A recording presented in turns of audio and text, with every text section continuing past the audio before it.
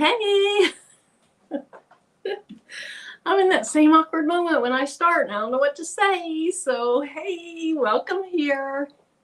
I don't know if I have any new people here, but if I do, I'm Marilyn. My channel is Making with Marilyn. And I don't know what I was thinking when I made my thumbnail. And I put 3 projects in it, 3 very different projects. So if you saw my thumbnail, I say I'm going to do embroidery. I'm going to do embroidery. I say I'm going to do a sublimation project. I'm going to do a sublimation tumbler. And of course, I'm going to do bling. So welcome here. I appreciate you coming in. All right, let me catch my breath. I was coming up the stairs. And, you know, it's always, for me, when I'm by myself on here, it's always nerve-wracking anyway. So thanks, Uni. So let me say hey to some people. All righty. Hey, Nicole. Nicole, you were in here pretty early. I saw that. Let me see if I can move this a little bit. You can see how that goes. But my camera doesn't look very clear. Yuck. All right. Hi, Donzel. Welcome in. Hey, Tanyu. Hi, Heather. Epic Marilyn. Maybe epic fail. We'll see. I should have the link sent out to people that could come on and save me. But I didn't, so I'm on my own. Hey, Gina Goins, even though I know a lot of people come in and save me, but I wanted to try this on my own. I gotta be a big girl, gotta grow up. Hi, Greg. Oh, I like the little heart thingy. I wish I had the updated software where I could do the, I don't know if I'm even doing it right, that and the fireworks. That's so cute. Hey, Kelly. Hi, Lucille. Hey, Victoria's Creations. Hi, Sandra. Mrs. JB. Let's see, Debs, you're doing all the things tonight. I am going to try. Hey, Judy. And I'll tell you why here in a minute. Marlene, hello. Hey, Unbiased. Hey, Boyd. Boyd Apparel. Hey, Tuck, Ebony. Hey, 755. And thank you very much, Uni. Hey, Beverly. Hey, Patricia. Hi, Mary Brown. I hear my husband downstairs laughing. Hopefully he's not laughing at me. Hey, Carol Coleman. Retired crafter. That's what I want to be. Not retired from YouTube, just retired from the day part, the day job. Hey, Porgy Town. Hi, Martha. Hi, Renee. D. Smith. Hi, Leslie. Hi, Geneva. Welcome here. Hey, Stacy. Thank you, Stacy. Look, Stacy says, make sure you hit that like button. Thank you. I love that. Hi, Cynthia. Hi, Minerva's. Handmade Creations. Hi, Daisy. Hi, Sylvia. T Create. Hello. And Miss, always going to uplift and support. The best Uni. Thank you. Hi, Stacy. Yvonne. All right, Cheryl. Okay. Tamara. Hopefully I'm saying that right. Because is it Tamara? If not, I have a second guess. Hey, Patrice. Hey, Debbie. You got your shirt. Oh, good. Okay, I'm so glad you did. Hey, Gigi Love. Unbiased is here for the embroidery. Unbiased, you know you love bling too. You just haven't started it yourself yet. Hi, DB. Hey, Rhonda Smith. Linda Gray. I'm going to try to scroll through these. Hey, Delonda. Happy yesterday birthday. I'm going to do a couple of Taurus things. So, you know, if you want to claim your inner Taurus or Taurus, however you want to say it. Hey, Carla. Hey, Custom Creations by Cassandra or Cassandra. All right. Looks like I've seen most people. Hi, Lolita. Jennifer Hancock. Hey, Robin. Okay, Tamara. Good. Hey, Jennifer. All right. Hey, Gloria. All right, all right, all right. I think maybe, hopefully I said hello to everyone. Hi, Starla. If I missed you, hello. Hey, Spilling the Diversity. If I missed you, I'm so sorry. I truly didn't mean to. And let me know below. Say hi again. So, all right, let's see. What do I want to start with? I have 3 things I'm going to make. So I downloaded an applique file off of Creative Fabrica. So I'm going to try my hand at doing applique with the heat transfer vinyl. So the glitter heat transfer vinyl. So that's one thing. I am going to make a sublimation tumbler. And here's why. I made this sublimation tumbler on, I think it was my last, let me take that off there. Marilyn. I made this on my last video, my pre-recorded video, and I wrapped the paper further around than I ever do. Usually I like to cut it off at the bottom, and I don't care if there's a tiny little white spot at the bottom, because as your tumbler's up, you don't even see it. And I feel like, you want to try it too, Delonda? You would know what you're doing more so than me, because you've been rocking that embroidery machine. You've been doing amazing. Figuring out all the technical things and how to add those hoops and all that. Okay, so anyway, I cut my paper longer than usual, so I wrapped it around. And it turned out nice, but I would say it's not as nice as, and I apologize, this coloring on this one's bad. I would say it's not as nice as my tumblers typically turn out. So let me show you what I mean. I showed this on the video. See how that bottom is crisp, crisp, crisp. But it's also up around the bevel. It's above the bevel. This one I went below the bevel, so I had to wrap it around. And so there is some white in the design too, but like right here, something doesn't look quite right there. And I've only used this press a couple times.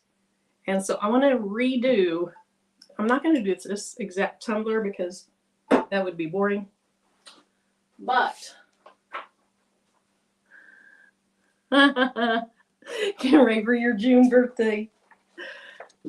But whatever you make, just in my box. But I wanted to make this. Look at this. So I'm going to make a Taurus shirt from Patrice's Taurus design. And then this, with this solid bottom and top, that's really going to show how the bottom and top are. So that's going to give us a really good indication of how well it does if I cut it a little shorter. Oh yes, and my shirt, this is from Patrice's Craft-A-Bling boxes. It was, I think it was either February or March's design. And she has a subscription to her bling boxes, and then she does a Zoom with everybody that gets a bling box that month, and it's a lot of fun. And she has a lot of good things in there, like candles and cookies and tea and just all kinds of things. Thank you, Donzel. Hi, Karen. All right, so a Taurus bling shirt, a Taurus or Taurus sublimation, and embroidery. So I think, thank you, Stacy. I think I'm going to start with the sublimation, because other than bling, that's what I'm most comfortable with. You know, I'm not comfortable with embroidery yet, but I did get my design uploaded. I figured out how to rotate it. I think it's going to turn out okay. All right, so let's go ahead and get started. What are you guys doing this evening? Are you crafting? Are you relaxing? Are you going to have movie night with popcorn? What's going on in your life? Work recently. Hi, Jeannie. You're just in time. Uni, you have to do your what? This shirt? You still need to do this shirt? Yeah, I love this. I love this design, the sublimation one and the bling shirt. Testing a new design. Awesome, Greg. I still have the design from you that I need to do on a live. getting ready for your first craft fair ever, or of the season of this year. And Jennifer, what all are you putting in your craft fair? Relaxing because I'm tired. I do not blame you. By Thursday, it's been a long week already. Things have been going on at work. It's just, work's been working. Okay, so this shirt's what you need to do, Uni. Practicing crocheting. Oh my goodness. I ordered something new, a new toy. I think I get it like Monday. And I can't wait to try it out. Okay, so you're quilting. Hi, Yolanda. I about said blue before Yolanda. Hello, Yolanda. Watching you. I watched all the Sublimation and DTF. Oh, so you watched all the Sublimation and DTF camp videos. Cool. So that brings up diamond painting. Tufting. Good guess. Good guess. You'll have to wait and see. Hey, Latricia. So Sublimation camp plus some DTF. So it's mainly Sublimation, but there's some DTF in it also. That started today. You can get your free ticket at the link below this video. If you get that ticket, you have until 9 tomorrow morning to watch today's video. If you decide that you want to upgrade to the all access pass, the early bird price was extended. It was going to end yesterday. It ends tonight, midnight, I think, Eastern time. And so if you're interested in that, you get a lot of freebies. You get the chance to enter into some drawings with the all access pass, and you get access to everything for a year plus. So my link's down there if you're interested. I do appreciate all you guys. Not that I sold a lot, but I appreciate if you use the free link, or if you're interested in the all access pass, that one as well. Okay. Oh, cutting out. Whoops. Cutting out the Friday template just in time for tomorrow. Hi, Deborah Garrett.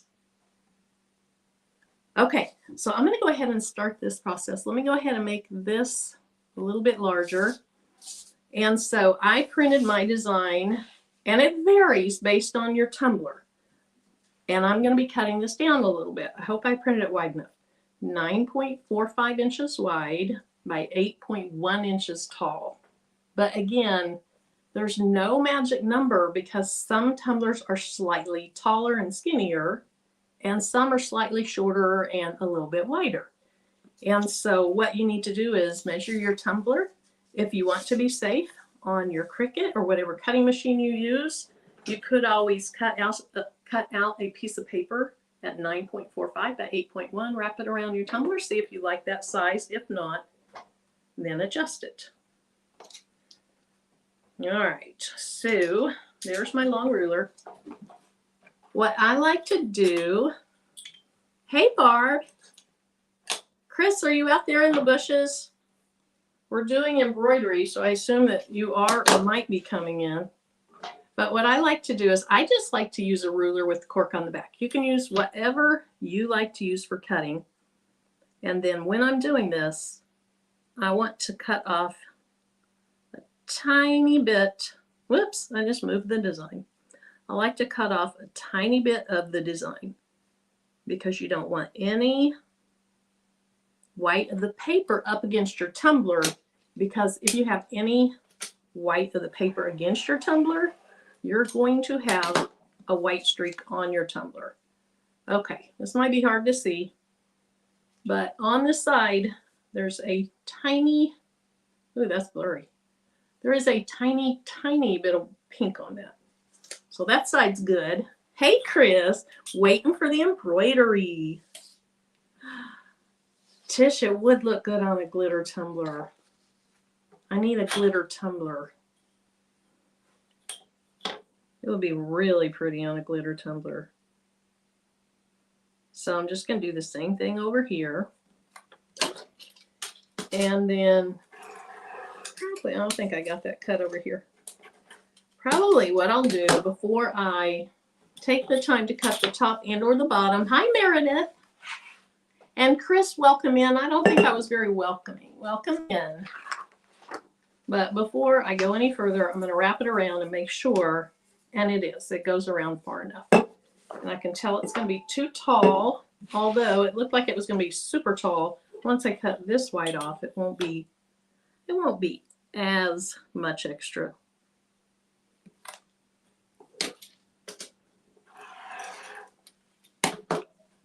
All right. Did anybody watch any of the football draft? The Chiefs got a really, really highly rated player for their offense. I believe he's a receiver. I was kind of listening in today. They say he's 5'10" and 160 some pounds. So he's not a real big guy, but they said he is fearless, that he's not going to care if he gets knocked around. So you may not be a Chiefs fan, but that's kind of exciting to me. All right, let's go around this. And here's how much extra pink I have. I don't want that much extra pink. When I do, because that's flat on the table. So when you're flat on the table, you're still going to have some of your paper that wraps around the bottom. And remember, I don't really want a lot of paper wrapping around the bottom. Now, because of the design, if I cut any more off the top, I'm going to start cutting off that horn. And so what I'm going to do is I'm going to flip it over and I'm going to look to see how much I want to cut off. Hopefully I don't cut too much off. I'm going to take little slivers off as I go. Hey, Danny. All right. Watched on TV. You live close to Detroit. Oh, wow. So you guys had such a great season last year. I know it was a heartbreaker and it had been so long. And I love Barry Sanders, even though he doesn't play, he hasn't played for a long time. But he went to school down around in my area, not my immediate area, but the state to the south of us. And so hopefully you guys were happy with some players that you got. All right, we're just going to keep taking off a little bit at a time. And again, hopefully I don't take off too much, but I would rather have a little bit more of the white showing around the bottom of the tumbler. Ooh, I kind of like that. Okay, so here's where I am right now. And I don't know if you can tell, but you can tell where the paper's straight and the tumbler bevels. So it's still going to have to,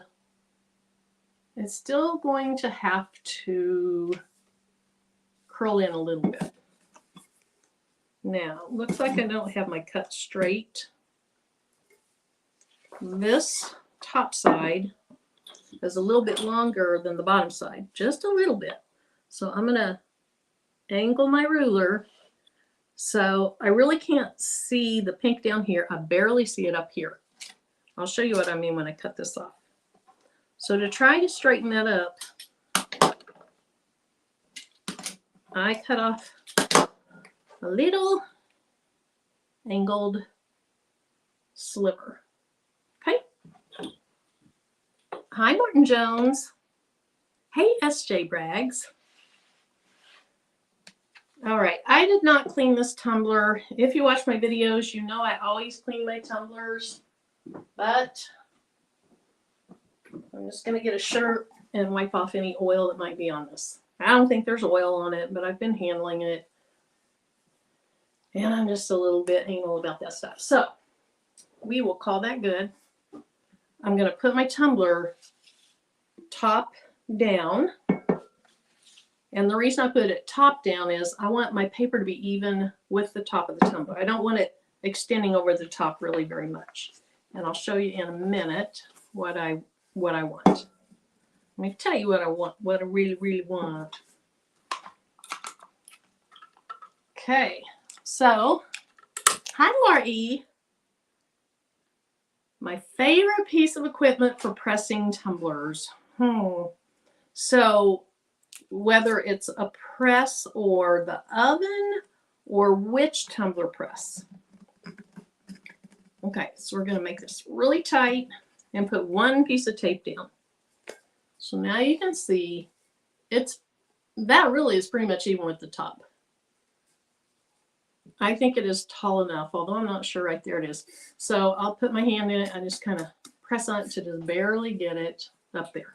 We're going to call that good. Now, let me grab something. I made a little tumbler holder that just keeps it from rolling around.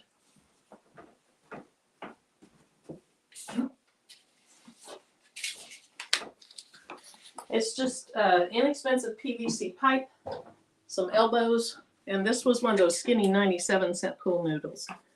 Now, I never glued. You can use your PVC glue and glue them together so they don't spread apart. I never glued mine together, so I can't put a ton of pressure on it. All of the above. Okay, please. Okay, Linda. So on my last video, I mentioned that I press here to get it to the safe mode. I don't think safe mode was the right word, but that's just the words that came to my brain.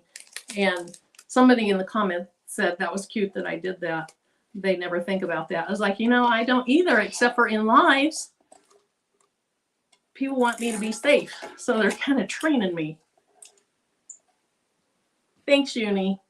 So, Latricia, my favorite thing for a straight skinny tumbler is a press, a tumbler press. And I like a dedicated tumbler press, not like the 5-in-1 or 6-in-1 or 8-in-1, because I hate changing out all those attachments. Not too long ago, I kind of talked about different presses.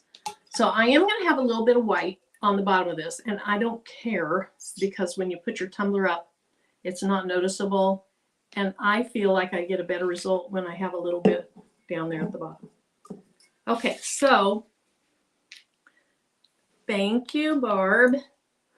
Hi, Linda Tolbert. So a while back, I kind of showed the type of tumbler press that I don't like.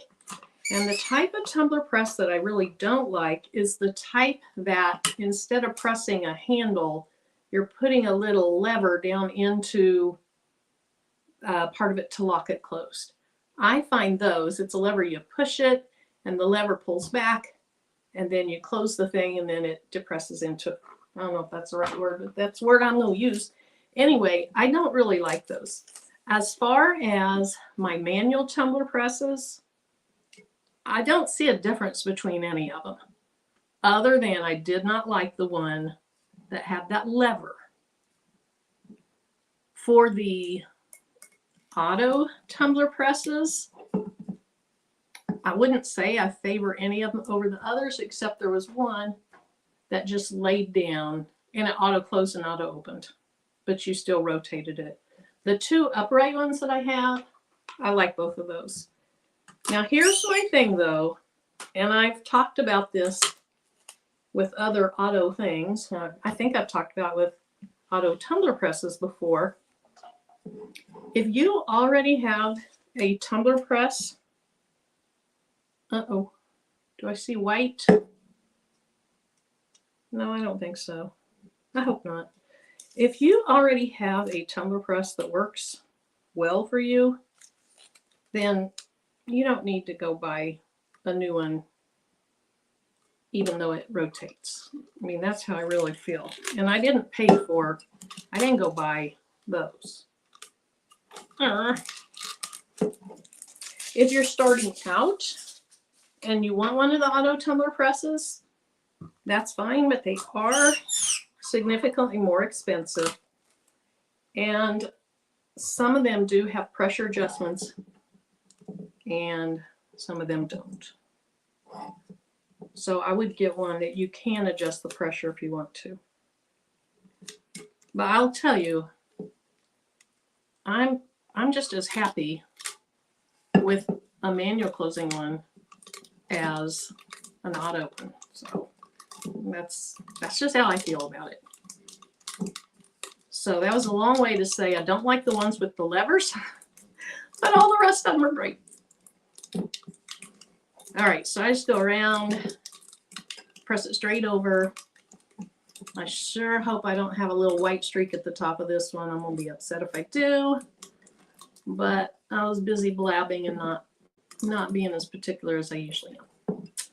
All right, so I like to have my paper up to the top and slightly above because I don't want to fold it over a lot. And then what I'm going to do is I'm going to look for little puckers and try to press those out either with my nail or with something that's a hard plastic surface. So I'm just going to kind of go around, press those out, and I should be doing more straight up, not sideways. And then lastly, I'm going to put it on my table and really press down and kind of press it in on that. It's not a corner, but you know what I mean. Up at the top where it angles. Okay, so we're going to do the same thing down here. And hi, Marilyn. I think I said hi, but if I didn't, hello. All right, so we're going to do the same thing. We're going to put tape all the way around it. The first piece of tape that I put on it, I don't put on super tight because I don't want to make puckers. And then the second piece that I put on, I stretch it really tight so that you get the tape rebounding back so that it stretches and then rebounds back in to try to pull that tight. You're welcome, Latricia. And I use H-ton tape, and that's just how I do it. You may not need that much tape to get a super high quality press, but it works for me, so I just keep doing it. And I can remember after my first tumblers I did in an oven, and Patrice probably doesn't remember, but I remember talking to her after the first one. Was like, it didn't turn out very well. I felt like it kind of scorched and turned a little brownish. I really didn't know what I was doing. Point being, when you start anything, like I've started embroidery, and I don't devote a ton of time to it. When you start out, it may take you a while to get to where you like your projects. That's a tough pill to swallow when you're talking about, well, back when tumblers, sublimation tumblers, unless you got them out off of Alibaba, were like 10 bucks a piece. And now you can get them for under $5 a piece, even off Amazon. Okay, there we go. That's gonna be our tape job. Hi, Busy Making Pretty Things. She's looking at my shirt, huh? Did you guys make your shirts? Hi, Kristen.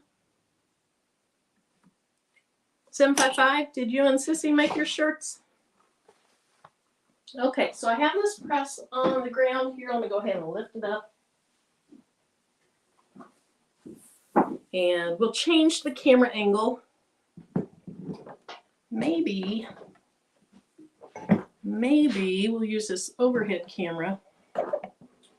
Is there junk back there I don't want you to see? Is there junk back there that I do not want you to see? Okay, that's upside down. Because my craft room is not a perfect craft room. Okay, we're just going to have this kind of view. Whew. Are you getting dizzy yet? You can see my cords on the ground. That is one thing I'm pretty particular about. I don't want to plug these into any extension cord. I either want to plug it directly into the wall, just like a heat press, or I want to plug it into a big industrial type cord. Hey, Fatlet Creations. Thank you, Barb. Hit or miss, I don't tape well enough doing tumblers. Thanks, Kristen. Oh, my amazing tape job. That's funny. Okay, so there's a rocker switch on the back. We're going to turn it on. This press has 4 modes, and you can adjust those modes. So it says stainless tumbler. What's it say next? Glass can, custom. So you can come up with your own time, temp, pressure, that kind of thing. And then ceramic mug. The thing about the ceramic mug one is it does not rotate because you don't want to break the handle off. So we're going to press stainless tumbler. That's mode 1. It's going to heat up to 365 and it's going to heat it for 50 seconds. Open, spin, 50 more seconds. Now notice I have a tumbler in here. This is a tumbler I use all the time. You might be able to see wear and tear on it. This is what I put in my presses while they heat up, because the instructions for most presses say don't heat it up without a tumbler in it, and I always used to. And then after reading comments, I decided I should teach the right way, and that is to do it the way the instructions say.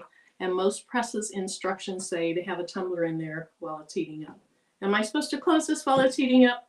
I don't know. I figure that's as good as I'm going to get for now. Hi, Bridget. Aw, thank you, Visionary Creations. I appreciate that.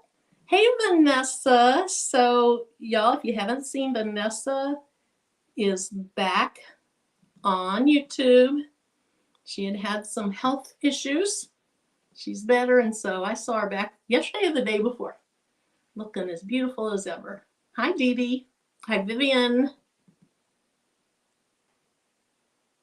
Okay, Bridget Porter. I think I said hi, but my brain's a little wacky right now, so hi.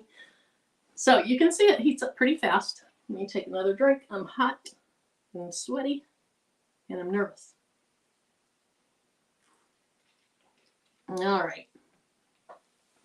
Now, I do have my heat glove right here by me. That is important because these tumblers get so hot. And then I have a little Cricut pressing mat here. I'm just going to set it right here so that the hot prep tumbler can sit on it. Hi, Sharon Davis. And then when my real tumbler comes out, it can sit on it as well. Okay, so once we're done with this, which is going to be just in a few minutes, because, you know, tumblers are fast to make in presses. That is one thing, Latricia. If you're doing 1 or 2 or 3 or even 4 tumblers, you might feel like it's faster to use a press. If you're doing a lot of tumblers, and if you like how they turn out in an oven, you know, you can do 4 at a time if your sublimation oven is decent size. And so that might be a factor to consider as well. Okay, HTV Runt tumbler press. Stacy, are you talking about their one that lays on the table?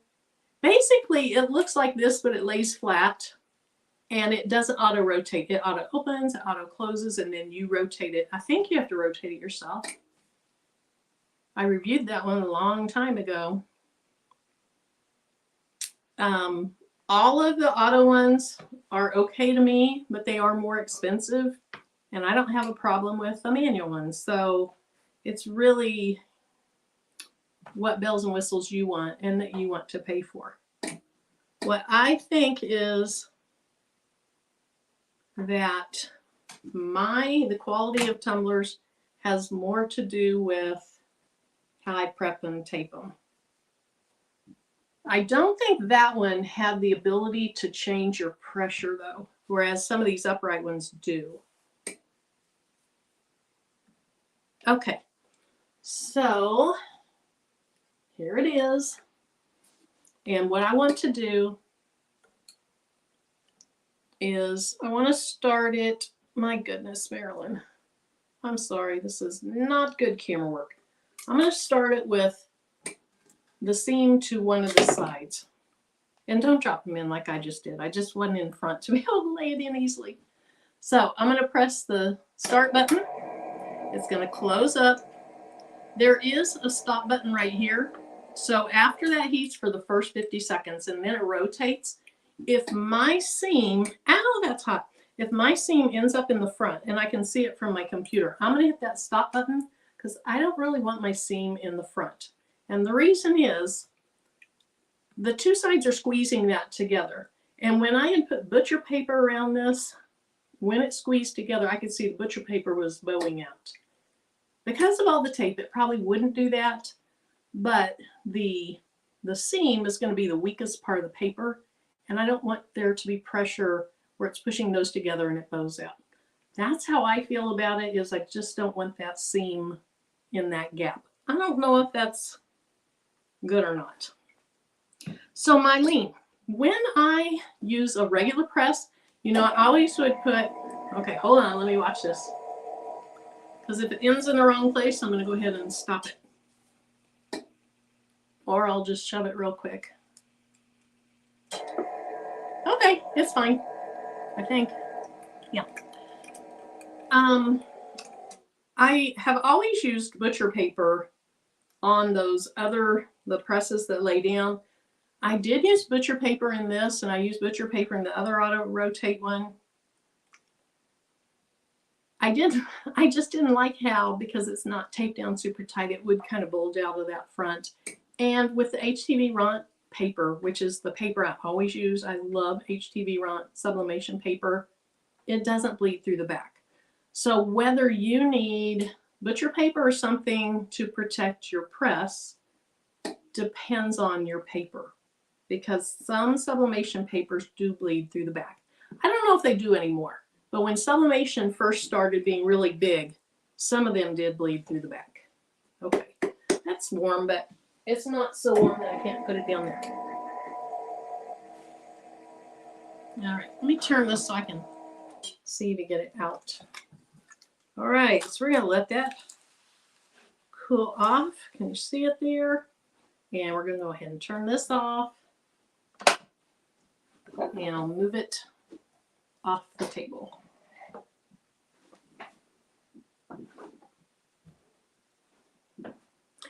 Okay, so would you prefer to see bling next or embroidery next? Thanks, Patrice. Hey, Jessie. D. Smith, did I say hi to you already? A long time ago. So yeah, Marilyn, if I were using a paper that I thought could bleed through the back, I would definitely use butcher paper. And in the horizontal ones, because it's so easy to use them as a paper cradle, I always use it on those. Okay, so bling or embroidery? Dee Dee says bling. Chris says embroidery. Judy, I use two different ones. I use an Epson EcoTink 2760. That's a normal 8.5 wide. The one I use most of the time anymore is an Epson EcoTink 15,000. You can print up to 13 inches wide. And the reason I use it most of the time is because in the other one, I was using Cosmos ink, which I really liked. That was my first ink I got. At that time, it wasn't available on Amazon. There were barely any sublimation inks on Amazon. It was I thought it was kind of expensive. I've had that for enough years that I feel like that ink is old and not as vibrant as it used to be. And then in my Epson EcoTink 15,000, I have Hippo sublimation ink. And I think I've only had to refill it once. Sublimation ink lasts a long, long time. Okay, I just gifted. So let's see what we have. We have 2 blings, 2 embroideries, 3 blings, 4 blings. The different buttons such as glass, can, stainless affect the pressure. Yes, Kristen. I think it affects the temperature, the time, and the pressure. But honestly, I haven't spent enough time to look at what the settings are for each one. And there is that custom one that you can set your own. There's another embroidery, but then there's bling, and then there's some more embroideries. Oh my gosh, I've lost track. Yes, Leslie, I got it from Creative Fabrica. I think there's more bling than embroidery. Ooh, there's some more embroidery. Hey, Merlinda. Okay, embroideries. We got 1, starting with Tish and going up. 1, 2, 3, 4, 5, 6, 7, 8, 9, 10. How many blings? 1, 2, 3, 4, 5,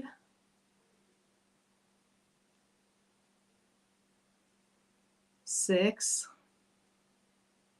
Oh no, I think embroidery. Whoa, wait. 7, 8, 9. Oh, there's more embroideries. Oh, I think embroidery won. That pains me, but I'm on it. I'm doing embroidery. We're gonna do embroidery. Beverly Smith says embroidery too. Okay, we'll do embroidery. Let me go ahead and make this kind of even. Marilyn says embroidery. At least it's an applique, and I looked at, you know how you can download the instructions? The instructions were not any help. The instructions just said the different sizes of the different files, because this file came in so many different sizes. But like, you know, some of the instructions will say step 1 is your placement stitch, step 2 is your tack down stitch, step 3 is your satin stitch, or, you know, or it shows you a picture of what it's doing. Patrice, aren't you proud of me? I even know those terms. Anywho, I didn't see the steps on this, so I'm going to assume, and hopefully this is a safe assumption, that those are the order of the steps. Step 1, placement. Step 2, tack down. Step 3, satin stitch. Okay, so I can see that a little bit of the ink seeped out right there. So it goes down a little bit. I don't think that's a big deal. Please don't be any white on the top, because I feel like I should have moved it up a tiny bit. If there's a little bit of white up there, we'll just pretend like I wanted it that way. Oh, there is white at the top, I can tell. I can tell. I should have moved it up a little bit more. Darn it. Hey, I feel like my camera's turned. Okay, I want to make you sick, so I'm going to cover it with my hand and then turn it this way, because I feel like this is the way it should be. Okay. Oh, pretty, pretty, pretty. Pretty, pretty. Okay, at the top, is there a tiny bit of white, or is that just the silver? I'm not sure. I think there might be a teeny tiny strip of white. But you know how there's silver. Whoops. Where are you? There's silver at the very top. So there may be a tiny little strip. Okay, so that top looks really, really good. There's a little bit of something right there, which I don't know if it's in the design because I didn't study the design that well. There's the seam. You can see the seam. I'm sorry, let me in the camera very well. But that top looks very good. The bottom looks okay. It's not the best because of that right there, which again, I don't know if, sorry, I don't know if that was in the design. I don't think it was. And then there's the seam, and then it keeps going around, and there's tiny little weird things there. But see how, well, you'll be able to see, you know, see in front, you know, if your tumbler's on the table, you see a tiny bit of white at the bottom. That bothers me so much less than all those white pucker marks. So that's just how I like to do it.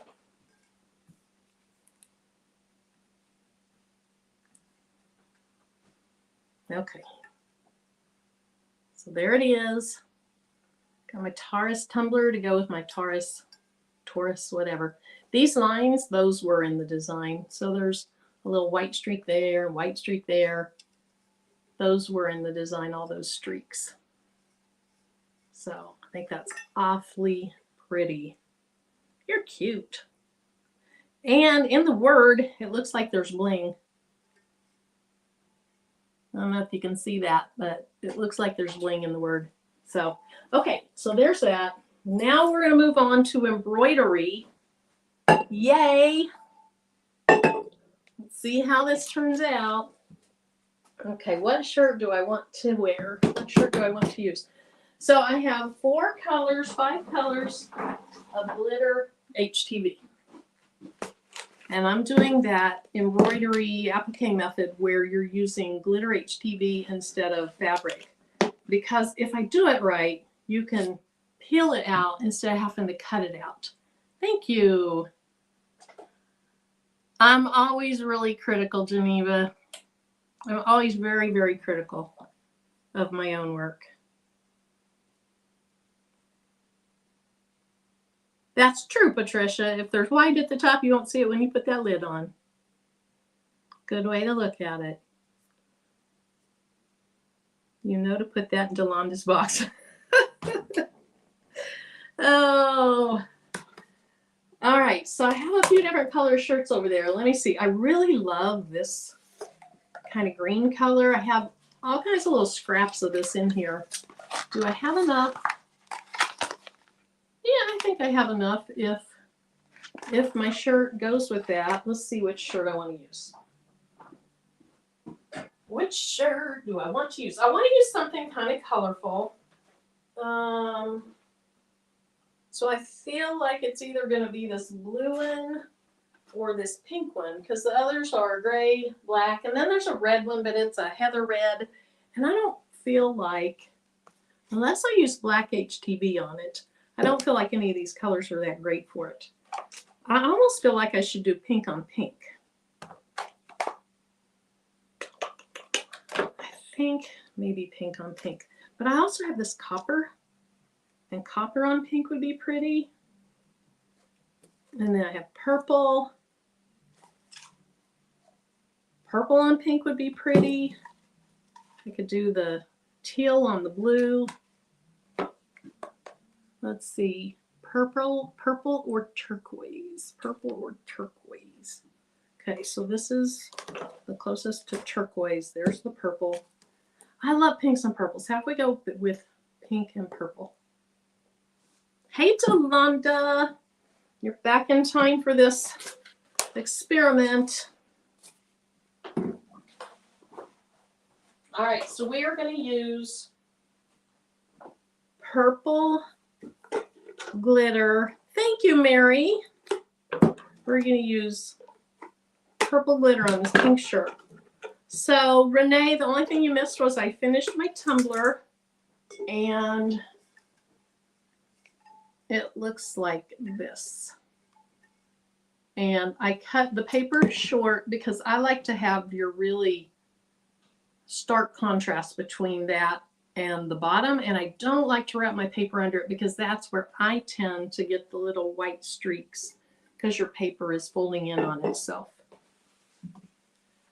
Okay, purple on pink. Now, I quite a while back saw this process. I've seen Patrice do this process. I'm going to assume I remember how to do it, and that assumption is maybe incorrect. But which thumb press did I use? I used the Go to Craft Auto Rotate Tumbler Press tonight. And the reason I used it was because it's the one I used on my last video. And on my last video, Yolanda, I did not like the way the bottom of this tumbler turned out because it wasn't perfect. And I know perfection is overrated, but I wanted to make sure that if I cut it like I do most of my tumblers, that it would be a crisp line. And it is. It looks nice.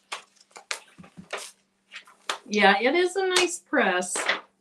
Okay, so my assumption is after I put my placement stitch on that I'm going to peel, you're going to have to peel this HTV off the carrier sheet. But the first step is to get this thing hooped and ready to go. I've barely hooped anything in my life. Now, we did make, was it Patrice Eve and I? Was it Patrice and I? We made an XOXO applique shirt. It's the only shirt I've ever done, and it turned out really cute. Now, my embroidery machine it goes up to 6 by 10. The multi-needle ones, they go big. So I would love to have the multi-needle one. But at this point, this is what I have. And 6 by 10 is pretty big. So I'm going to use this. The multi-needle ones just fascinate the heck out of me. Okay, so maybe I should iron this shirt first. Oh, okay. So this thing has made an appearance in lives, but it's never operated because I've never used it. I finally plugged it in and I turned it on. I have it set right now for rhinestones. I still never use it. And I don't know where the handle is. So I literally am going to have to pull it out like that. So I'm going to have to find another heat glove. So let me go ahead and heat this up. I'm just going to stay with the 350 for 15 seconds to preheat this shirt. Hey, that to this Creations. So your animal is a frog. Do you know what I'm talking about, Dorica? Your video? That's a frog. Or a toad. I think it's a frog. Do you think that's what it is? And the reason I say that is, that's what I thought it was. And Tim and I were sitting at Sonic the other night. Last night or the night before. I think it was the night before. And I heard one. I was like, Tim, what is that? He said, it's frog. So I said, okay, I need to tell Dorica. Thanks, Meredith. Oh, no. Milo. I had a little Yorkshire Terrier, and terriers are terriers. They're crazy. And he would get out. He was off. And it was almost impossible to get him back. Hi, Miss Joyce. You thought it was a frog too, Donzel? Oh. Hi, Stacy. So you guys had rain down in Texas today. We had rain too. Okay, what happened to Mylene? Tried the faux rhinestone with the holographic vinyl. Turned out great. I know. I love that. I love that process. That's how I started. Put that one in your box. I told you would like this for your Taurus birthday. Or that you should have one for your Taurus birthday. Oh, and you know what? I just realized my pink shirt won't match exactly. But look. They'll both be pink. So that was a great color choice. Who chose that? They said either purple or turquoise, HTV, and then I chose the pink shirt. Okay, so let me find my small collection of stabilizers. This one is a cutaway. And I've heard the phrase, if you tear it, don't wear it. So if you tear it, it shouldn't go on a shirt. So we're going to use the cutaway stabilizer on the back of the shirt. Now, should I hoop the whole thing? You don't float this kind of thing, do you?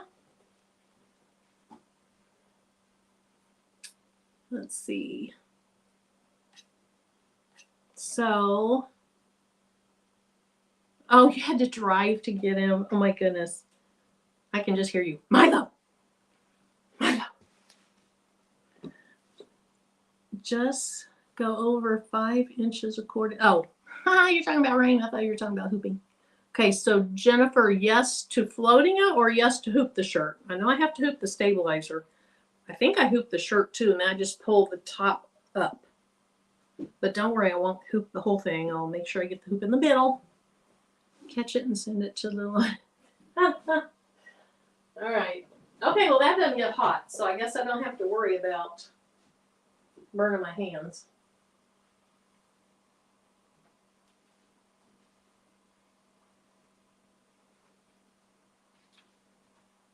There's a little something on this shirt, but we're going to pretend like there's not, because I want to use this shirt. Okay, I assume this works about like an HTV round auto press. That's the first time I've pressed the button for it to go down. I literally plugged this in. I think I actually plugged it in last night, not today, so I could get ready for today. You hoop the shirt. Okay. Okay. So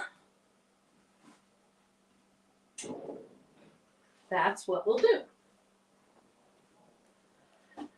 Okay, this makes me nervous. But let's see what I do with stabilizer. There it is. So I know enough to know that you have to have the stabilizer hooped all the way in. So you end up kind of wasting stabilizer, but not really wasting because you had to have it to do the process. Meredith, this is a heat press that came to me 2 or 3 months ago, and it's just been sitting back here, never used. I'm not sure where the handle for it is. You have an embroidery machine coming to you. What kind did you get? Thank you, Tanya. That's exciting. Oh, you guys, let me show you the table so you don't have to see my face when I'm in anguish. Got a magnetic hoop for your single needle. What a game changer. I would like to have that. Delonda, you don't want her frog? So Miss Joyce, what kind of machine did you get? Okay. Let me just figure out where the hoop should go first. Jesse, you better be on standby to help me out with this. You and Delonda and Patrice and Uni. The baby's booty, she and her husband were driving back from his, I think it was his folks' house. So I don't know if she's in here, but if she is, unbiased, you can be on standby.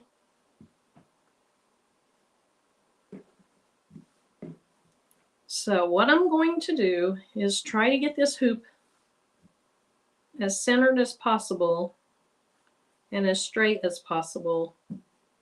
And that feels pretty good. It looks like it's about the same distance from those sides. That looks pretty good.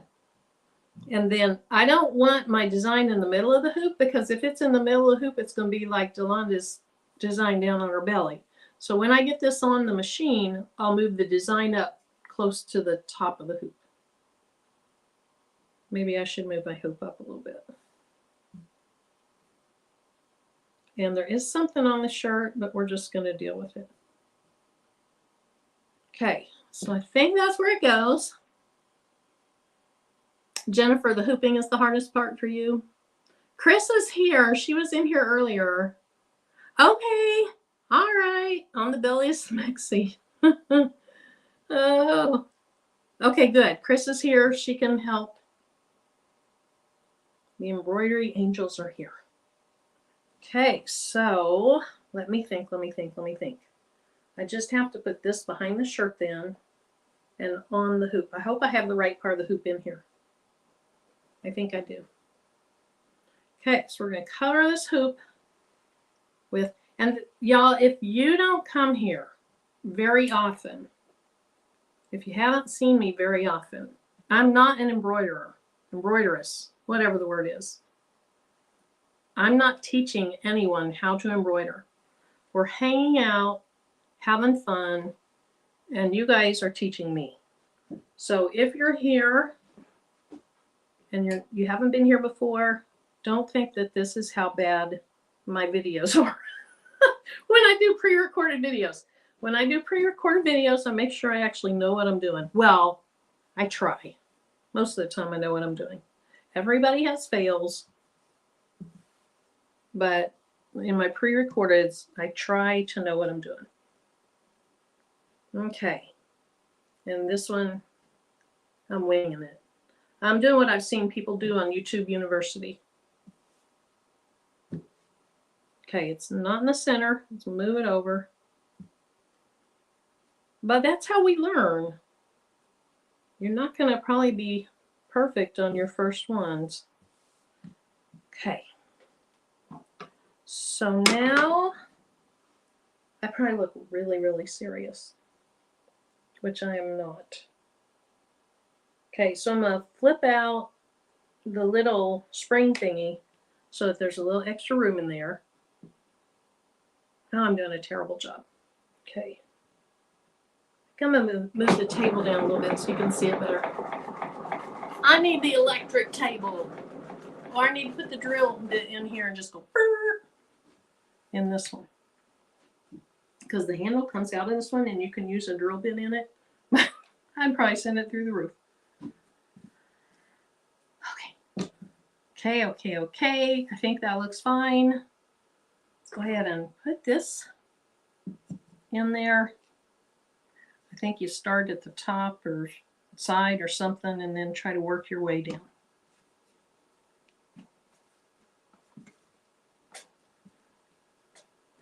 There we go. That doesn't look super duper duper tight, but Eve has said don't pull it. You don't want to pull it. You want to try to get it tight without having to pull it, because if you pull your fabric, it can pucker, I believe. Is that right, Eve? Is that what I've heard you say? Okay, so now I have to get this.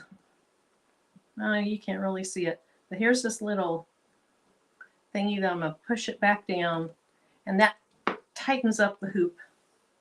Tightens up the top hoop on the bottom hoop. Okay. Wow, that doesn't really look straight. That doesn't look straight. We're going with it. It was kind of straight. It might just be the fabric that looks weird. Okay, so let me, oh my goodness. I have green thread. Should I have pink shirt with purple, this with green thread? That might be kind of cute. Or should I change my thread? Thanks, Jessie. I think I'm going to sit down because I need my tables lower to kind of be even with my embroidery machine. Okay, so should I go with this cute bright green thread, or should I actually use thread that goes more with the shirt? I probably should change my thread, shouldn't I? You think it'd be cute, Becky? Okay, let me move my camera down just a little bit. And then maybe I'll just bling sitting down. I usually like to stand.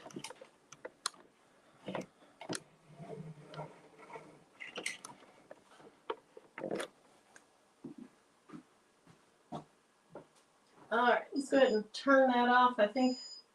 Okay, long press maybe. There we go.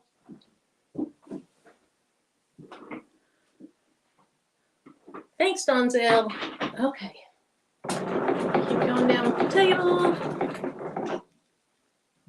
Okay, we're going to go ahead and we're going to go with green thread. And let me get this over into place without making you sick.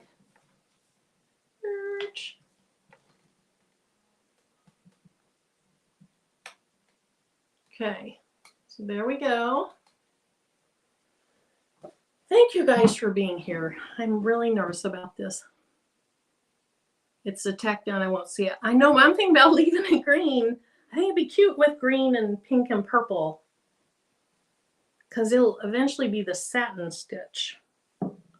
Okay, now, I think I should have done my shirt the other way. No, we're gonna make it work. Okay, there we go. We just have to remember that the top of the design needs to go on the left side.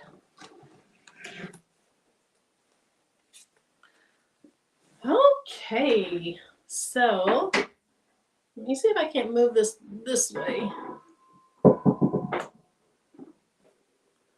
Now you can see behind it. Okay, so I have my design on there. I need to move it, and I know you can't really see this at all, and I apologize. But right now my design is centered, and remember I want to move it to the top of my shirt a little bit. Otherwise it's going to be on my belly. Oh, that is not what I wanted to do. How do I do go back? Let's see, is that going to make it go back? Oh no. Oh my goodness. Now it's messed up. We're going to start over. Let's see.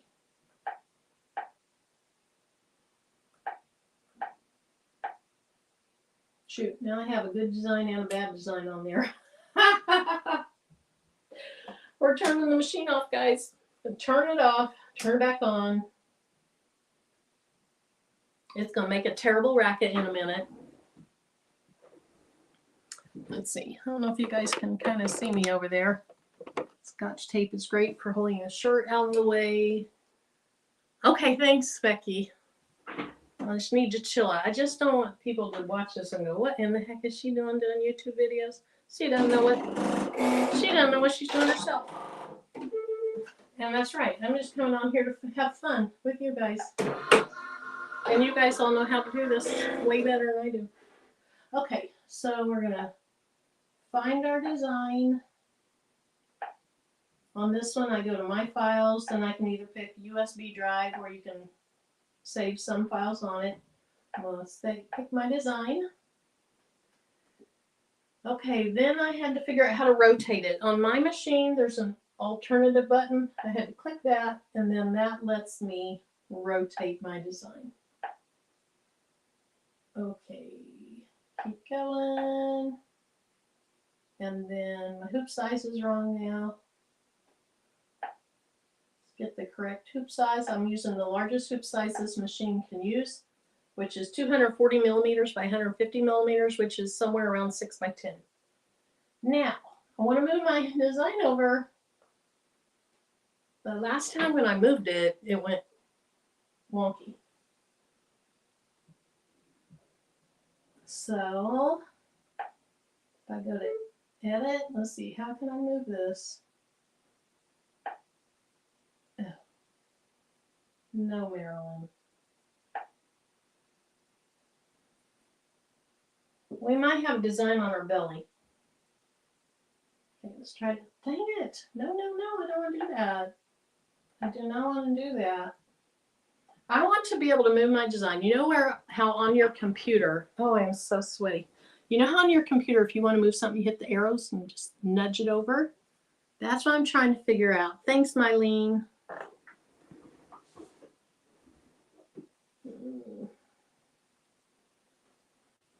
I'm not giving up. I'm just going to turn the machine off again. We're not giving up, and we may have the design on our belly. I could move the hoop up a little bit. At the worst, it's going to be down about 5 inches, and it's only 4 inches tall.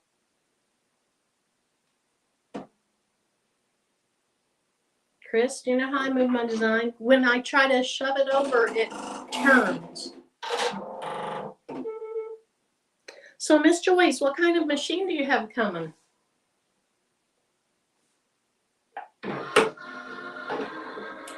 And I read my instruction book earlier to figure out how to rotate it. Let me see if I can figure out how to just move it. Center the design. Position. Says you can move it. Use arrows or your stylus. I tried to use arrows. Oh, there's a move to hoop. Maybe that would work.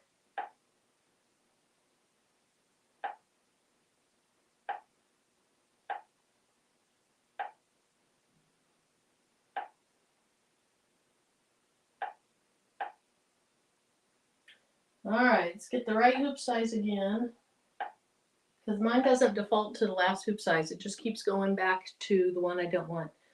So this design, it doesn't take the whole hoop. It takes almost the full width or the length from top to bottom, which is really the side of the hoop. But I could move it toward the top of my shirt if I can figure out how to do that gently. A 4-needle, awesome. Okay, so the Alt button. Oh, I see where it is. Okay, I think I found it. I think I found it. You hit the Alt button, and then here's that look like arrows. Dang it. Darn it.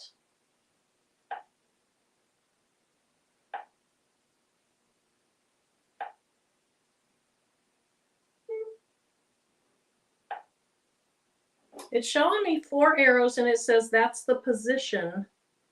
But when I touch it, it goes away. It's like a crossbow, kind of. Okay, it says when position is active, it looks like it should be active now. You can move the selected designs anywhere in the embroidery field. Use the arrows or your stylus. Okay, I'll just use my stylus because now I don't think it's going to rotate it. I think it's just going to move it.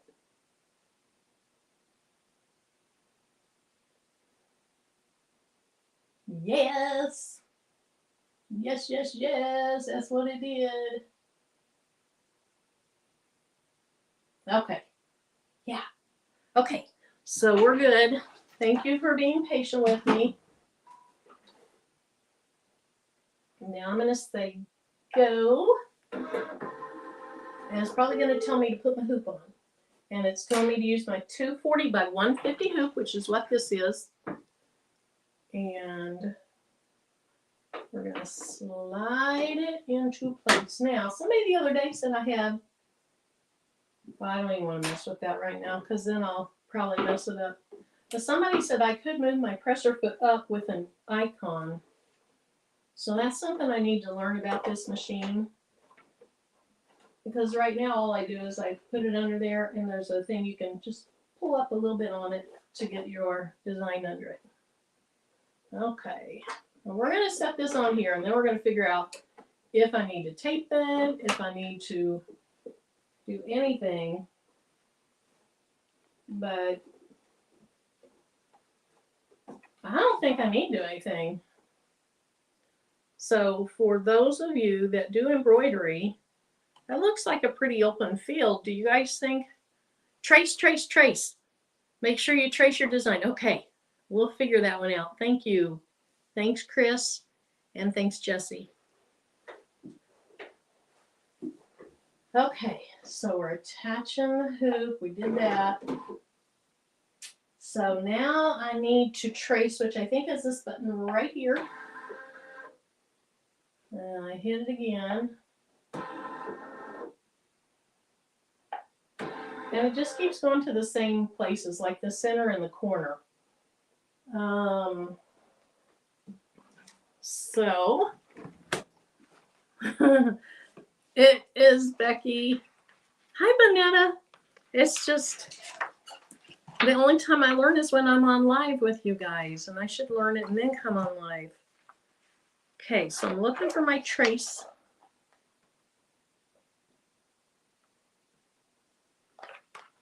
I'm going to look for the trace. Trace, trace, trace. As Chris said, trace, trace, trace. Trace, trace, trace. Trace, trace, trace. Trace your booty. Trace your booty. Trace, trace, trace. Trace, trace, trace. Trace your booty. Trace. The corner icons can also be used to trace the design field by touching each of the 4 corner icons. Okay, I gotta figure out how I get the corner icons. Because right now I don't, well, maybe, I don't know, maybe it's this. Nope, that's not it. Let's hit Alt again and see what other things come up. Nope.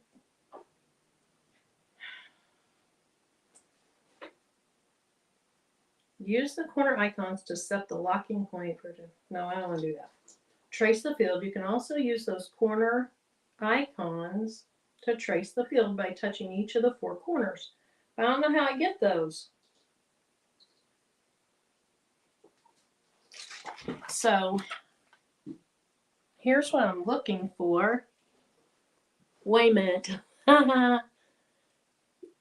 I know, Chris. I'm looking for trace.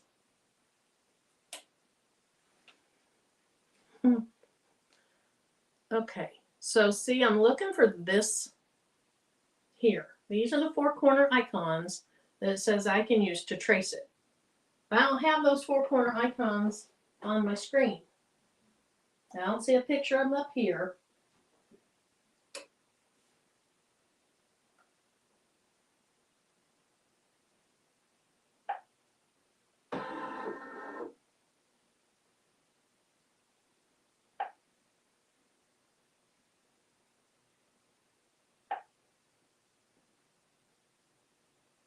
Yeah, I'm getting frustrated. Oh, found them. I found them. Okay, so we're going to that corner. Alrighty. We're going to this corner. Do you fit? You fit. We're going to this corner. Okay, not being on my belly. And we're going over there. We're going to call that good. Okay, let's see what you guys have to say. Don't forget to hit the like button. Yes. Hi, Sharon Davenport. In the bushes, visiting my mom's baby sister, still in California. Sharon, I hope you get to go home soon. Was it this next week you were supposed to be at an appointment? You didn't know if you'd make it? You just went through Kansas to my granddaughter's wedding, and it was so beautiful and green. So maybe you went through the eastern part, which is really beautiful. The western part is really, really, really, really, really, really, really flat. But what part of Kansas did you go through? Okay, do you guys think I need to tape this or anything, or do you think I'm good going like this? Chris, Jesse, unbiased. You think I'm pretty safe at just doing it like this? All we're doing is a tack down stitch. Hey, Bosun Moore.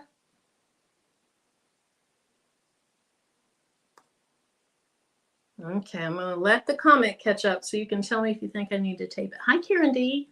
You just woke up. Good for you. Got a nice nap in. You should be good. Okay, so we are going to hit the check mark. That means I'm good. And I think now I just hit the go button or the start button. I hope so. We're going to try this. If it messes up, we're not going to do another chart. We're going to move to bling. Okay, start. Let's go. Please be the tack down stitch. Or the placement stitch, I mean. It's doing it. I think it's doing it. I don't know if you can see because the fabric's kind of in the way.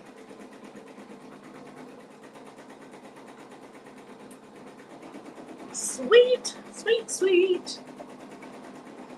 That's what I'm saying now. You just wait in 5 minutes, I'll be like, oh my goodness, what's going on? Okay, so I have an M. Chris, don't yell at me. I'm getting a piece of thread off. I can hear you yelling. Okay, so that looks like a good size. Probably too big.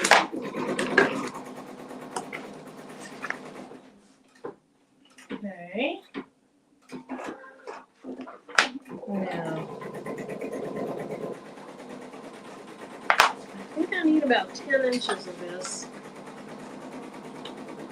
It's only 11.5 inches wide. I'm not going to cut off much.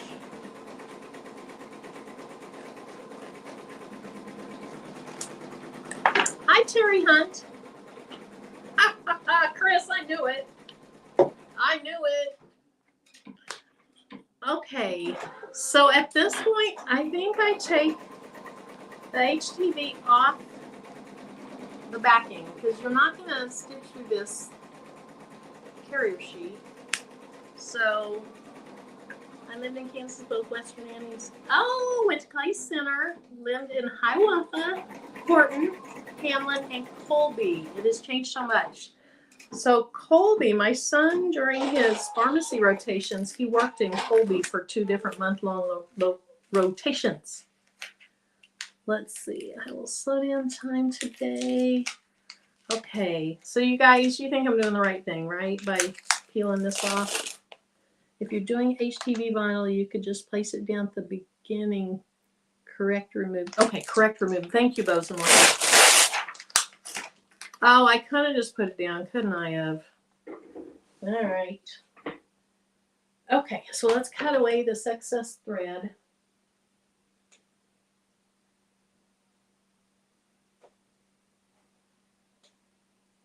And it's not going to show, so it's not a big deal, but I want to get some of that out of there.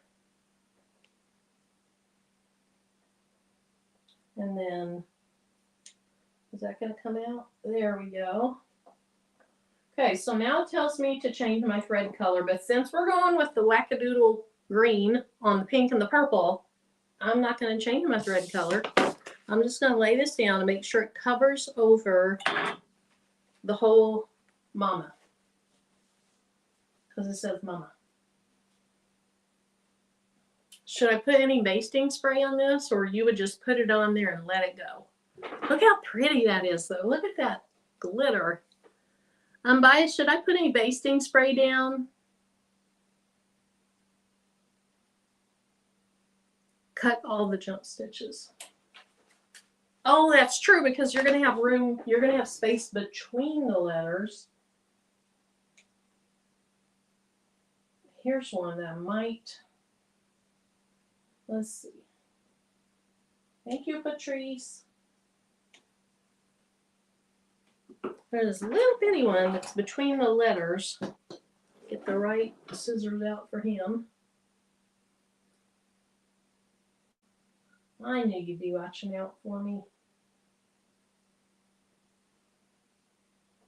So I got a new color of stone today, and I can't wait to show you. So here's the thing I'm going to ask for my last project when I do the bling. I don't have any of the sea glass mix. I think there's two mixes that are similar. If I don't need to spray it. Thank you. Thanks. Oh, and then Patrice says, of course. Oh, of course, for watching out for me. Thank you. Okay, so I'm not going to use any basting spray, but that's right. She does love purple. Do you guys know what colors go in the sea glass mix? Because I'm going to make my own sea glass mix with a slight adjustment. Because this new color, which I'll show you, once I start stitching, we'll talk a little bit more. Okay, so that was my placement. Then this is going to be my tack down, I think. And then I'll rip the stuff off, and then I'll do the outside satin stitch, if that's what it's called. So I'm going to say, yes, I've changed the thread color because I don't want to change the thread color. And we're going to press start. And Chris, I'm going to hold on to this for a little bit, so don't scream at me. I just want to make sure it stays in place until it gets going.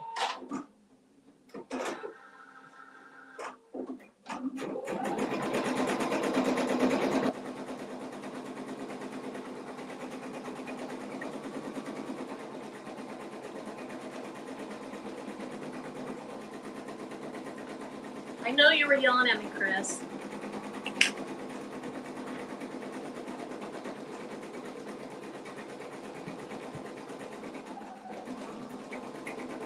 Miss Joy got stones today. Okay, let me show you these stones. Well, I'm not sure I can show you because the camera's over there. I think that purple's going to be pretty. Who called it a wackadoodle? Look. You're so cute.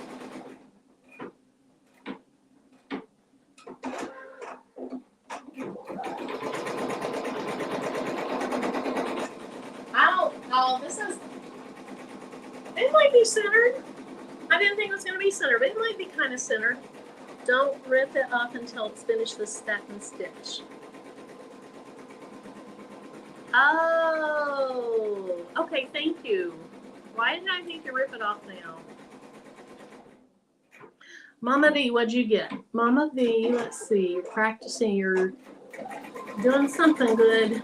You're exercising, you're, let's see.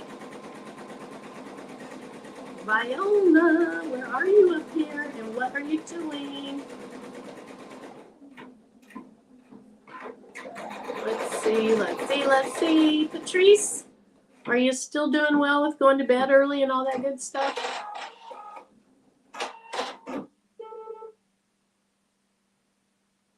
I didn't see what Mama B said.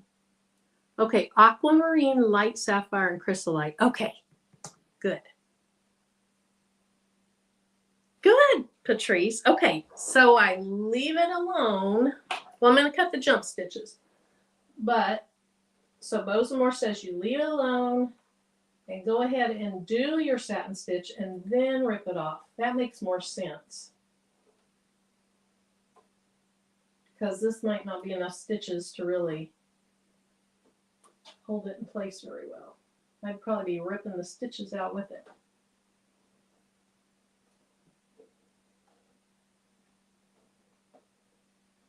Okay, so the next thing it tells me is change the thread color again. We're not going to do that, so I'm going to hit the check mark. And now it says it's ready to go. It looks like this thread is still attached, but I guess I'm safe to go. So let's just go.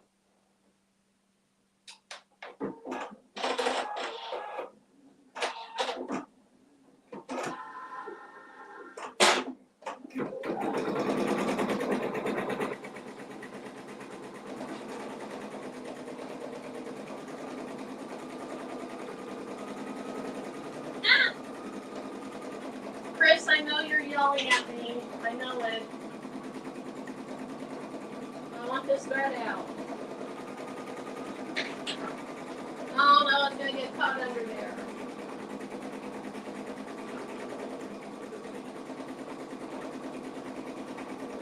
This is annoying me. I know, I should have paused it.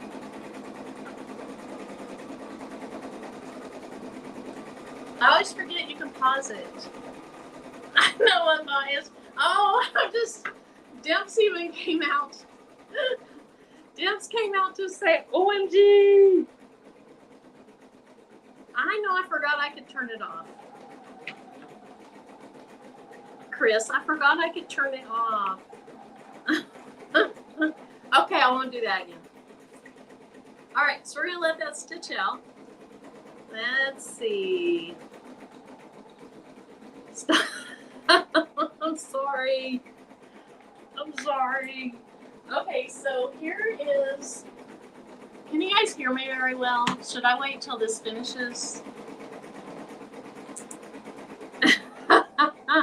I didn't say ouch. I didn't say ouch, Demps.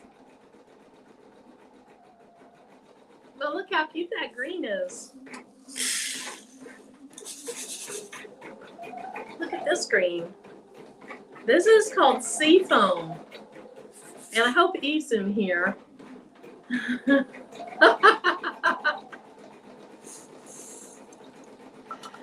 Oh. I did. I was mad because it couldn't get this string out. Hey, Jamie.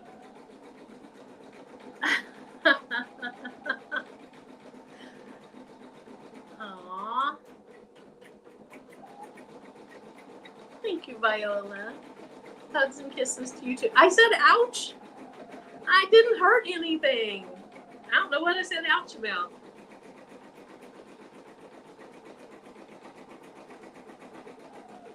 I sure hope it looks better than it does now when it's done. Oh my goodness.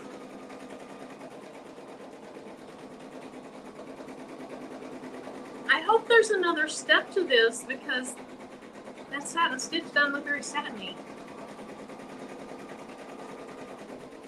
It looks terrible.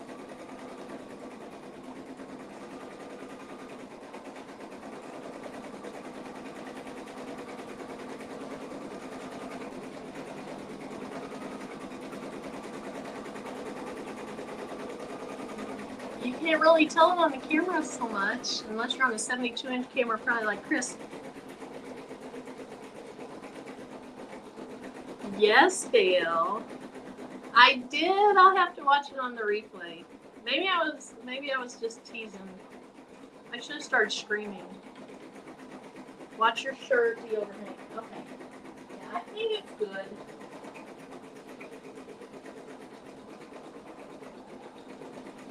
But I sure hope it's going to go over this whole thing again, because that looks terrible.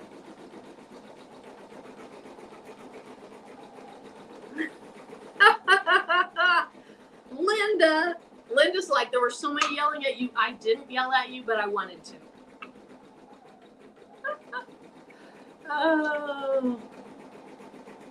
You guys think it's going to go around again and fill in that satin stitch? Because that looks pathetic.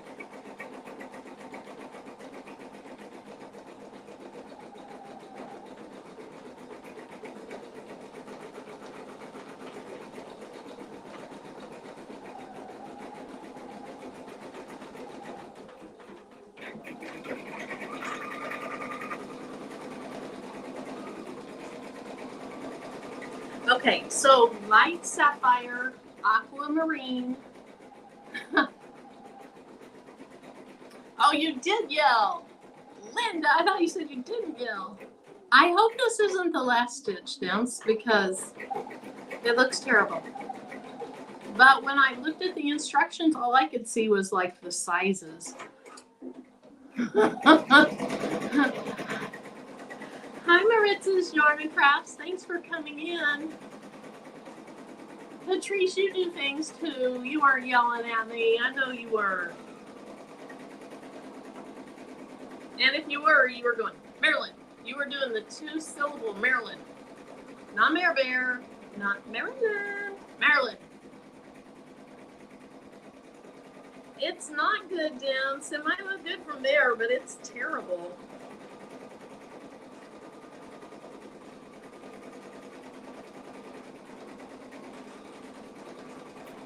Okay, there's got to be another stitch. Because there's 19,000 stitches, we're only at like 4,000. So there has to be another. There has to be another layer, stitch, whatever you want to call it.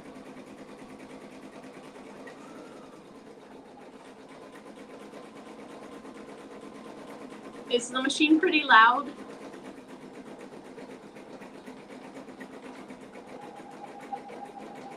Okay. Yeah, I know it's not a sad stitch. I think it's gonna. Oh, I don't know, Dims. I don't know if I can go ahead and tear it now or if I have to wait until the last one. Bows and more, what do you think? It's not loud? Okay. All right, so when I was gathering my stones, I wasn't sure what all went into the sea glass. So I grabbed blue zircon. I did grab light sapphire. I grabbed aquamarine. I grabbed peridot AB. And I grabbed green zircon. So you guys said it was light zircon, it was aquamarine, and it was chrysolite. But I'm going to substitute seafoam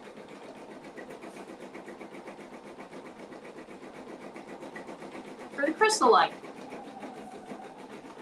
Tear once it has completed all the stitches. Okay. Nothing is in sea glass. That's the color of the stone. Well, what am I thinking of, Eve? There's a mix. There's a mix of stones that was some ocean-related thing. Boy, it's going slow. Yes, so this is seafoam, but I'm wanting to use seafoam in my own sea glass type mix, and here's why. Let me find my template. So Patrice made shirts out of this template the other day, and on one of them she used 2 totally different colors, and that was cute. On the other one she used, I believe it was crystal for the main part, and then crystal AB for the inside. So the whole thing together looked like the word Taurus, but you could see in that crystal AB the horns and the Taurus symbol. And so what I want to do is I want to use the new seafoam for the inside of this design, but I want to use seafoam in a mix for the outside of it. So it kind of all goes together, but the horns and everything are unique. Check your comment up there. Okay.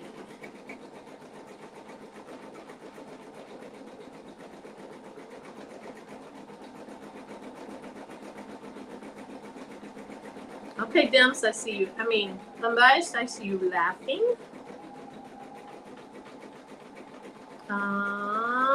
Watch your shirt, the overhang. Okay, I think it's okay. It may look, because of my angle, like it's hanging over, but it's not. I think it's good, guys.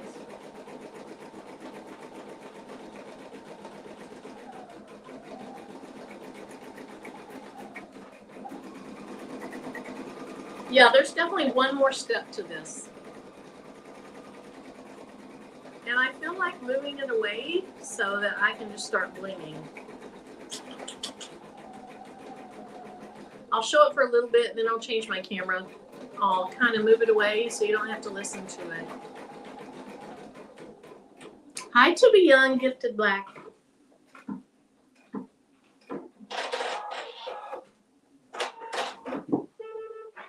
All right, so it's telling me to change my thread color again. I'm going to go ahead and cut away the jump stitches while I can.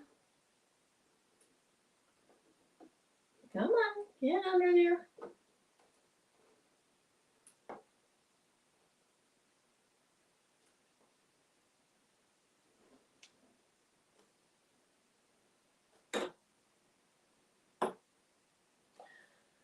Okay, so this time I'm not going to stick my hands under there while it's moving. I'm going to start it. I'm going to let go for a little bit, and I'm going to hit stop.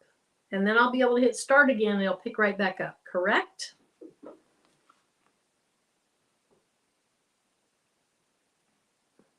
I did one of Jolanda's and God Designs with glitter and a fryer for tomorrow. Awesome! Okay, about the stitch, I think this is a chain stitch border. Check the instructions to see. My instructions were poopy. They were terrible. They just told me sizes. Okay, Chris, correct. Okay. And then Bi says that's correct. Okay. So nobody yell at me. I'm not going to do it again. I'll be a good embroideress this time. Okay, so I'm changing the thread color, but not really, because we're all doing the whole thing in green. Why would they want you to change thread colors? I mean, I know it means it's the end of a step, but okay. I'll shut up. Okay. So we've only done 6,291 stitches. There's a total of 19,000. So we have 12,709 to go or something like that. Those are some good math skills, aren't they? So it's going to take a while. Let me hit start.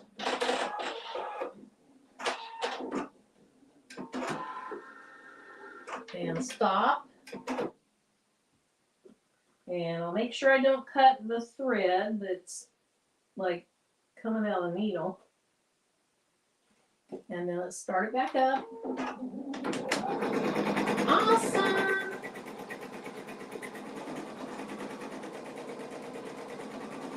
So now what it's doing, it looks like it's going around the perimeter of where the satin stitch will be. So I don't know if there's still going to be, it doesn't bother you, Jessie? So I don't know if there's going to be 2 more steps, this one and another one, or if this is the last step. I assume this is the last step. I don't know. Okay, so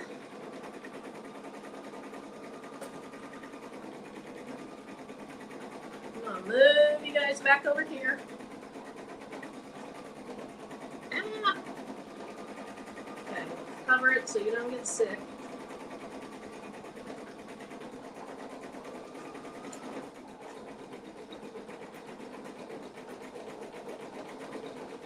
I'm going to try to move that table just a little bit.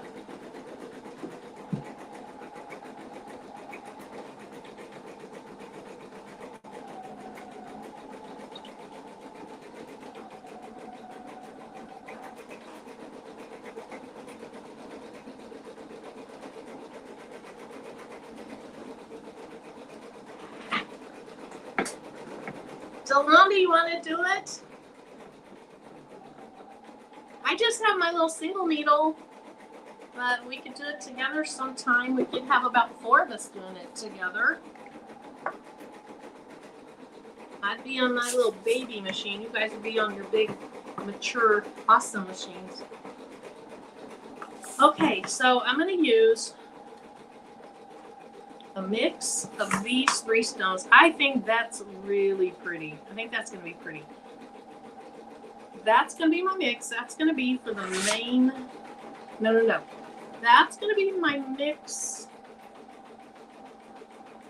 Yes, this is going to be my mix for the main part of the design, which is a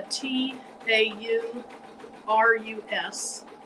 And then you can see the horns and the standard Taurus symbol. That's on the other side. And this is going to be just seafoam. And so I don't want to overmix because I don't want to have a ton of this mix left over in case I don't love it, but I think I'm going to love it.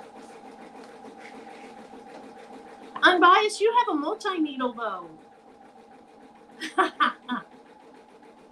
Yeah, that'd be fun. Oh no, your sump pump is acting up, so you're backing up. I'm like, so what are we doing? Suppose I'll need to pick it up on the replay. So here's what we're doing. I'm being a little extra today, thinking that I could do sublimation, embroidery, and bling. And Patrice, why didn't you tell me to turn my camera? And I'm going to do it because I'm on the third project. And we've been on here less than 2 hours. Oh, that's pretty. Okay, it's on the satin stitch part. Okay, so now I'm excited. Because this is the first shirt I've done by myself. Okay, so I'm going to put a little bit of that in there.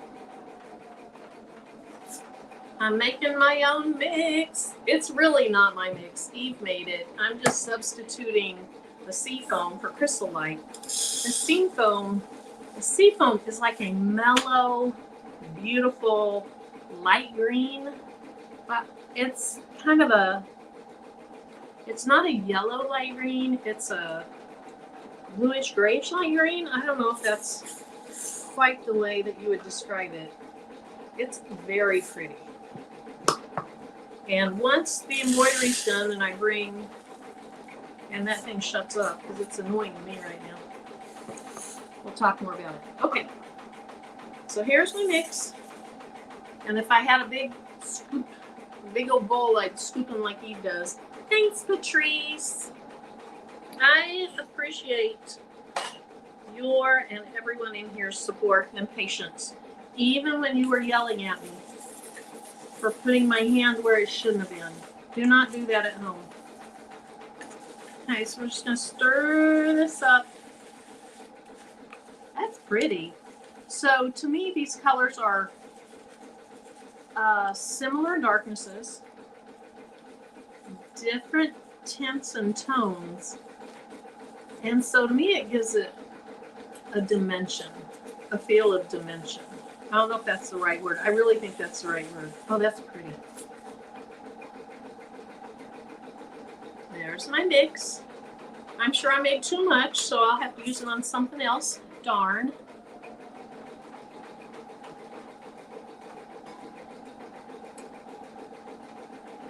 That's turning out so gorgeous. So Delonda, I used light sapphire. I used aquamarine, and then I used the new color seafoam. And look how pretty that is. It's a gentle, mellow, but I would call these the super sparklers, like the violet ice is kind of, to me, a super sparkler. The chrysolite is kind of a super sparkler. These are very, very pretty. You'll see them better on my front camera because remember, this camera doesn't, it desaturates things. All right, let's give it one more stir up. So really, this is Eve's mix that she's done before. I just substituted seafoam for chrysolite. Thanks, Kristen. I looked on Vice. It looks good. It looks very, very good. I'm super happy with it. It may not be in the center, but right now, it's a win when I get through the design successfully. All right.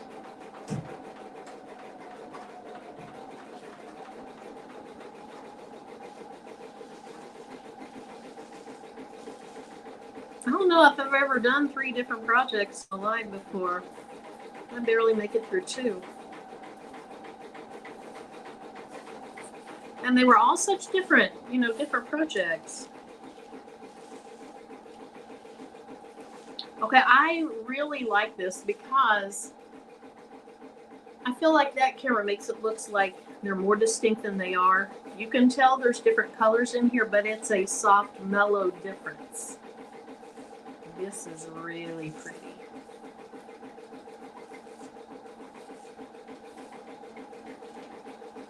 Eve, can we have a new mix and name it Marilyn mix or something like that? Oh, I love this seafoam in there. I've barely ever used mixes. Barely.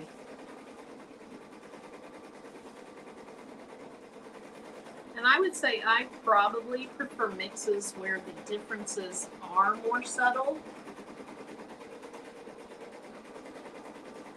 Thanks, Marilyn. Okay, what are you guys scared of? Unbiased says she's scared of the Marilyn mix. Unbiased, don't forget. Okay, I checked on it. It's looking good. It's not getting caught in there. It looks very good. Like and you know I'm very critical of myself. I'm beyond pleased with that. And once I take it off, I might not be so pleased with the placement of it. But I'm new to this. It's only the second shirt I've done. So I'm going to give myself a little bit of grace. I give other people grace. I should give myself more grace.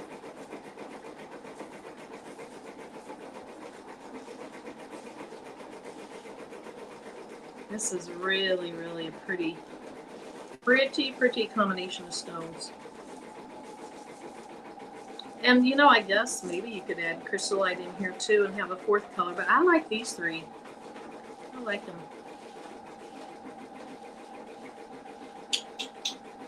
Thank you, Patrice.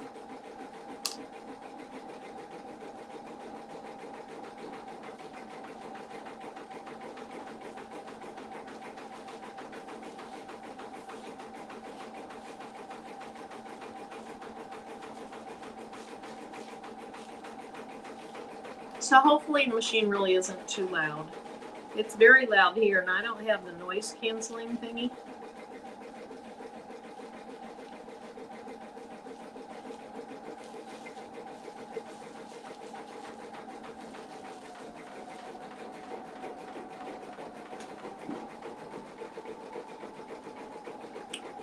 That satin stitch takes a lot of stitches.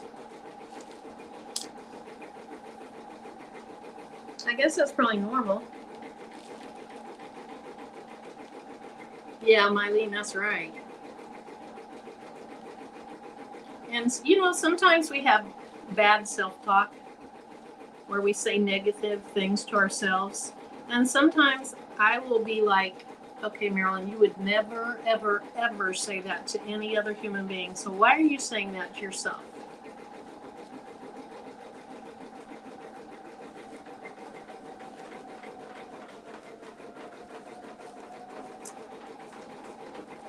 You guys ever do that? Talk really harsh to yourself when you would never in a million years talk that way to other people. Okay, I think I have an imposter in here. Where did you go? Yes, I have one stone that looks like crystal in there. Thanks, Latricia. Leslie, I am using light sapphire, aquamarine, and the new color seafoam.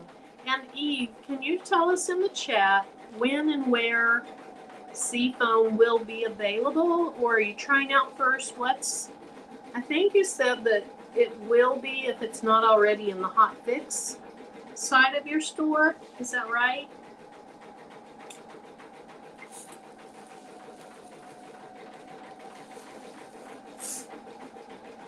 Yeah, see, when I look in the camera, the color distinction between the stones looks greater than it really looks in person. Carrie, yes. I think so many of us do slam ourselves and we don't slam others. I know I don't slam others the way I slam myself, but I'm getting better. Getting better. I don't know why it's taken so many years to understand.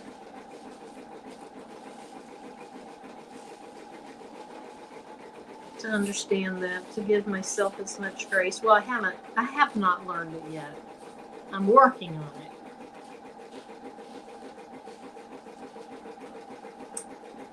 Ah, John, you. Patrice.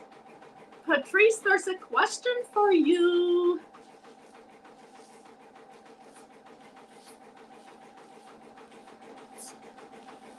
All right, I'm pretty messy on this tonight. I'm not really caring if it goes in super smoothly or not. What color does seafoam shirt to? Like what colors of shirts? Tish, yes. I am mine too. I think. I don't think there's anybody else out there that's a huge enemy of mine. Might be. But I'm definitely my own worst enemy. So Gail, do you mean what color shirt would you use with seafoam?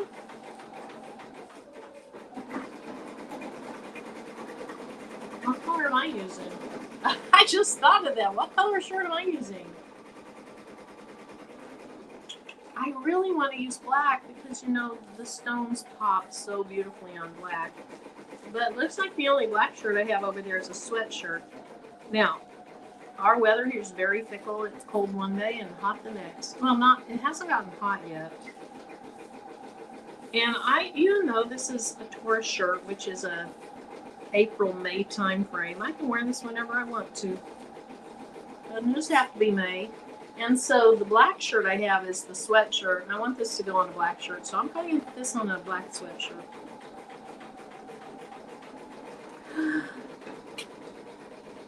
Oh, shift. Okay. So I'll show you here a little bit. I don't know that I would call it a color shifting stone. Eve, do you think it's a color shifting stone? Oh, yeah, that'd be pretty.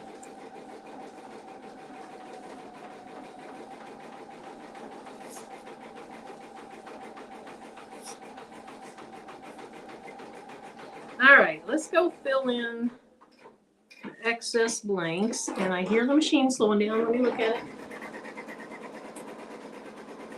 We are only on the third of 4 letters. It has a lot of stitches in this little thing for being a applique.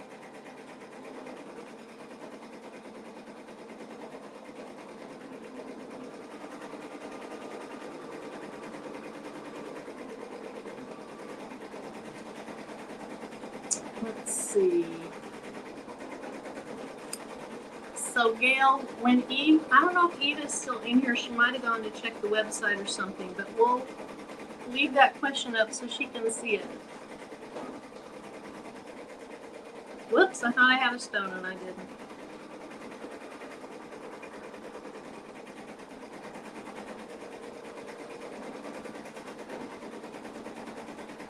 Oh, so it is a color shifting. Okay.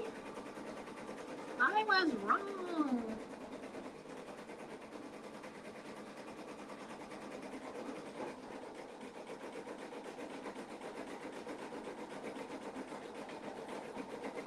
All right, my T looks good. My A looks good. I think I have an extra stone right there.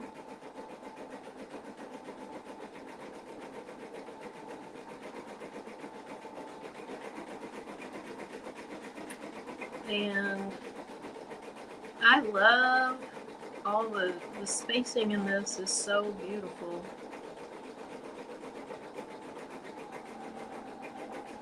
I'm not sure how Patrice does what she does, but it's really pretty.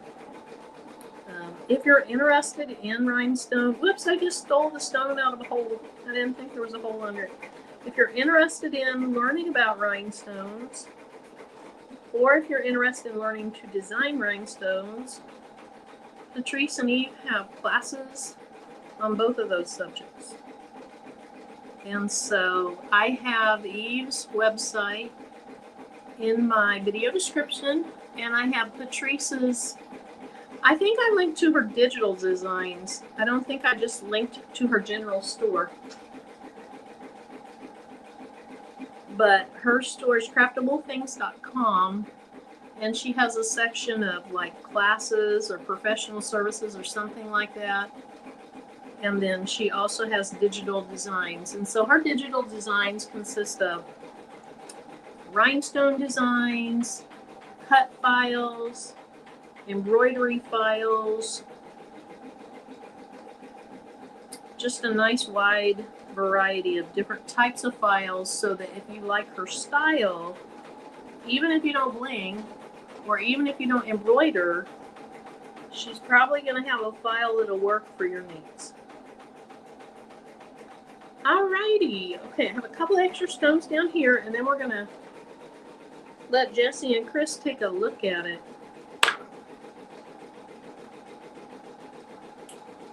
Multitasking of doing all things at the same time. Thanks, Patrice.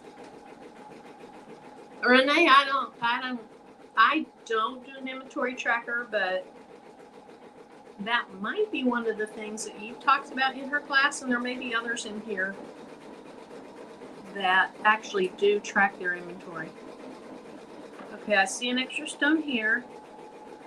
My tracking method is I look at a box, and if it's low, I don't do a good job with the details of business.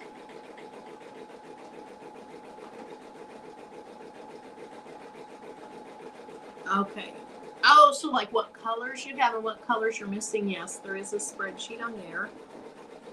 Oh my goodness, Chris, you went from a 72-inch screen to a 2-inch screen. Thanks, Renee. All right, I guess it's just Jesse and I. Jesse, are you helping me? Now, if you're like even Patrice, and I've seen Delonda do it now too, they take their finger and they gently go over. I cannot do that. I swear my fingers drag the stones out. I don't know if I have sweaty hands or I'm just too heavy-handed. I cannot do that. Okay, I think this looks good. So let's hope when I transfer it, I don't do what I did a week ago and smack it down and move it. Oh, good, Carol. I'm glad you're on vacation. Okay, so let me get some transfer tape. That is so pretty. From the side view, I can't wait to show you in the front camera and be able to turn it.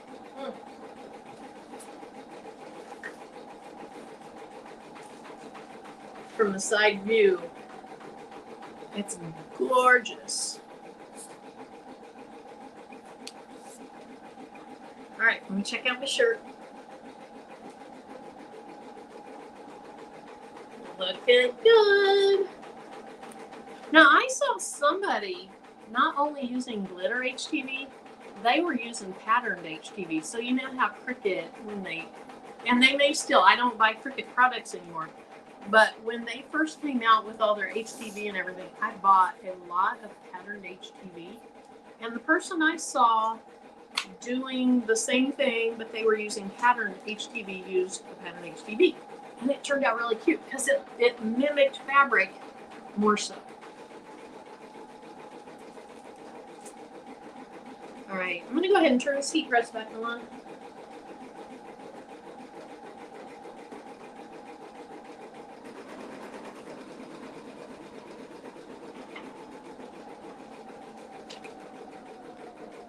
And I may end up raising my table because I'm going to be going back and forth. And I have on sweatpants. I don't really want you seeing that lower half of me. I'll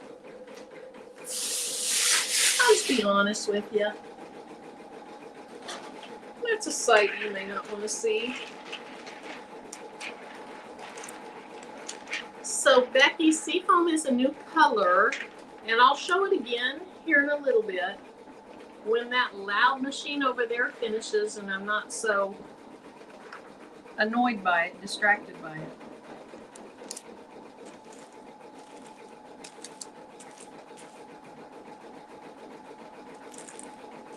Okay, that went on nicely. Very nicely. Let me clean up these extra stones here.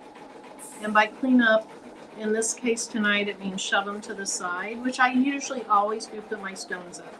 But this is a mix that I made, and I don't have a container for it out here. I have some empty containers from Rhinestones, and I'll end up putting it in that. So right now I have a container for it. So it's just going to sit right there. Whoops, that stone stuck to my finger.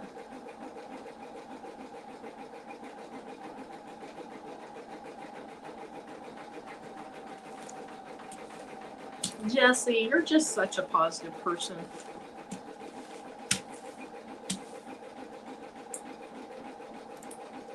Always, always positive. Alright, let's pull these stones up, and some of the stones are staying down. So we're just going to press on them and do it again, and then they came up. So I probably didn't press down on all my stones as much as I should have. Becky, you fell asleep on me? My voice is lulling you to sleep. I should have been singing more.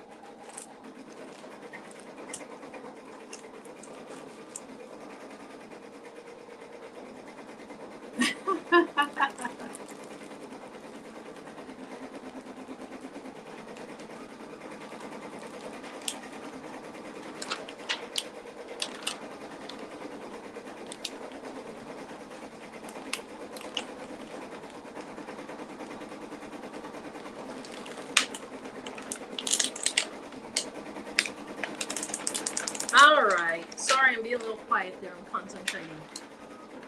Okay, you won't really be able to see this through the transfer tape very well, but let me go ahead and try it. There we are so far. That's pretty. Lots of edition.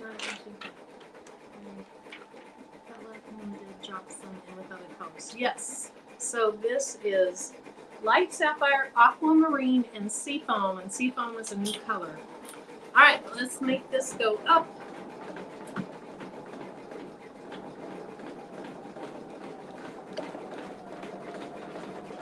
It's on the A. It's on the last letter.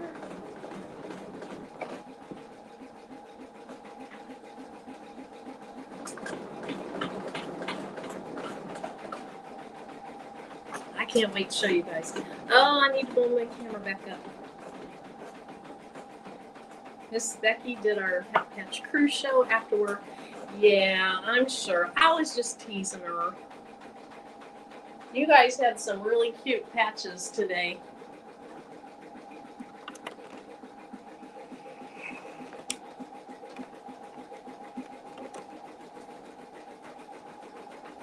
I do the same thing. I come home and I'll start watching somebody on live, and sometimes I just can't help it. My eyes go closed and I go out for a little bit. Hey, Riza. Is it Riza? Or is it Reza? I'm going to guess Riza. So if it's Riza, say number 1. If it's Reza, say number 2.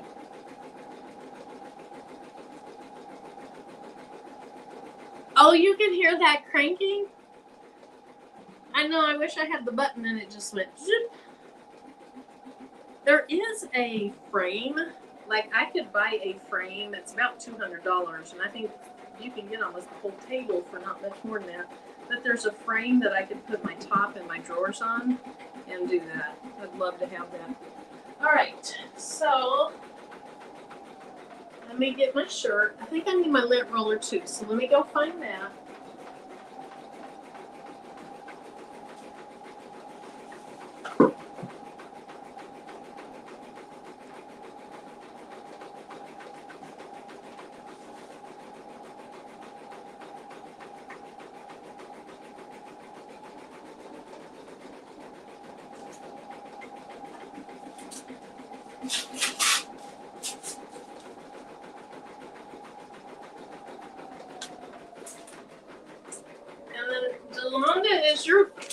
Is your video on tomorrow for Sublimation Camp? Are you day 2? Or were you today? I'm day 3. So I'm Saturday?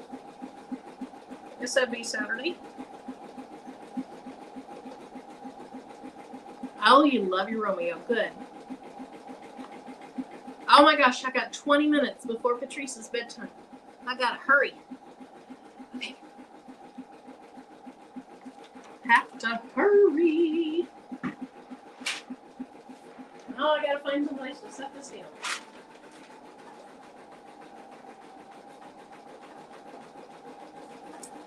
I have to hurry because I want Patrice to see that I made it through this. I would say all by myself, except for you guys helped me a lot in the chat. And yelled at me. And I deserved it.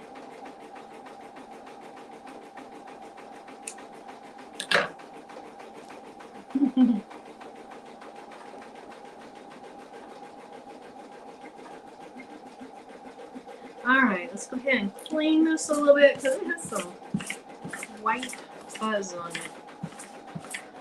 That looks good enough.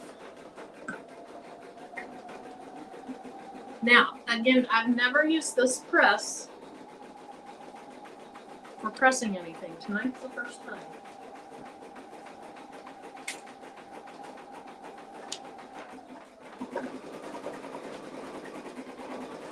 So hopefully it presses well. With the HTV rod that I use for all my rhinestones, it presses very well. Now, you know, if you've been around, you know I've ranted and raved about the pad that came with the HTV rod. This is a similar pad, but I think it's a better one. It has these dots on the bottom, kind of grippers, and it feels better than the HTV rod pad. To me, it doesn't feel as good as a true heat press. Heat press pad. That's as bad as Pitch Hat Crew. I think it's going to be okay. We'll see.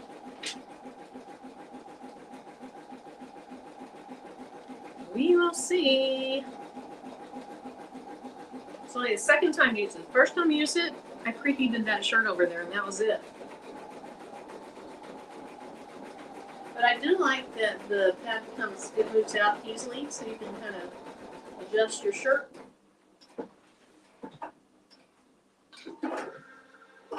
Are you done? Let me see if it's done. It's done. And it looks good. Now, one of the things that this, and I didn't link this because I haven't used it, and I don't want to put a link to something I haven't used. I just want to show it to you, but if you have the HTV run or something else that works, stick with that. Okay. So let's see. It feels like this sleeve is catching it up in the back. There we go. One of the things this company said is it had more space between the bottom and the top than the HTV rod press. I don't think it does.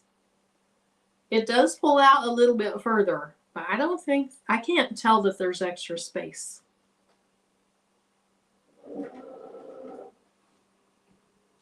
Thanks, Rachel. Okay, who are you blaming on Sunday when you tell everybody what? What? Patrice, who are you blaming on Sunday when you tell everyone something? From John Deere Embroidery. And it has a handle that I didn't install yet, and now I can't find it.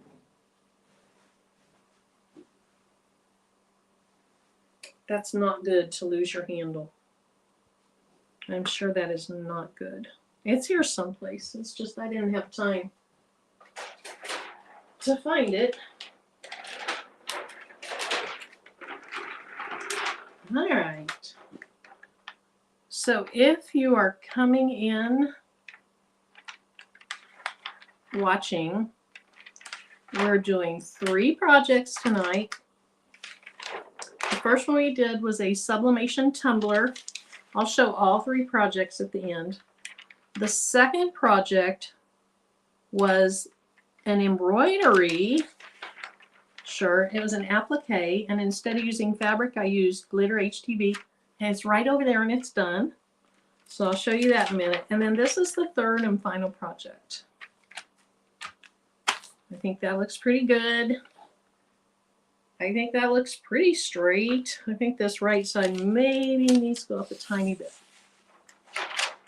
But it's not like this has straight lines in it that you're gonna like super duper notice. And it looks like those are about the same distance off. I think that looks good.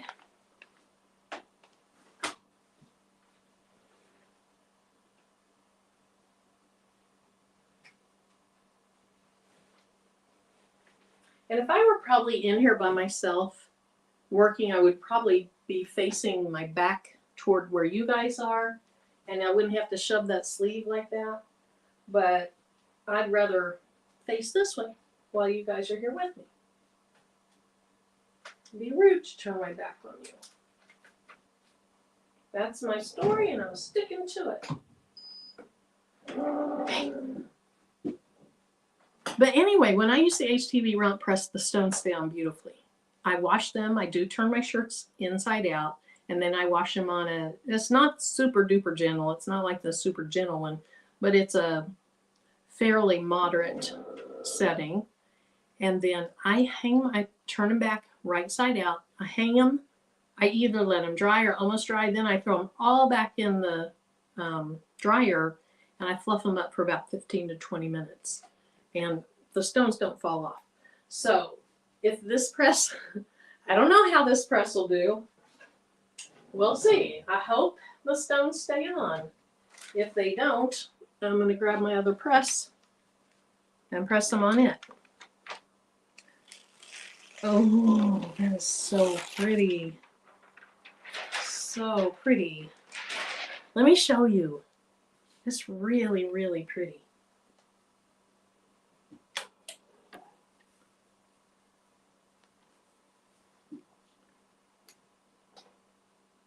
So you can see subtle differences in those colors.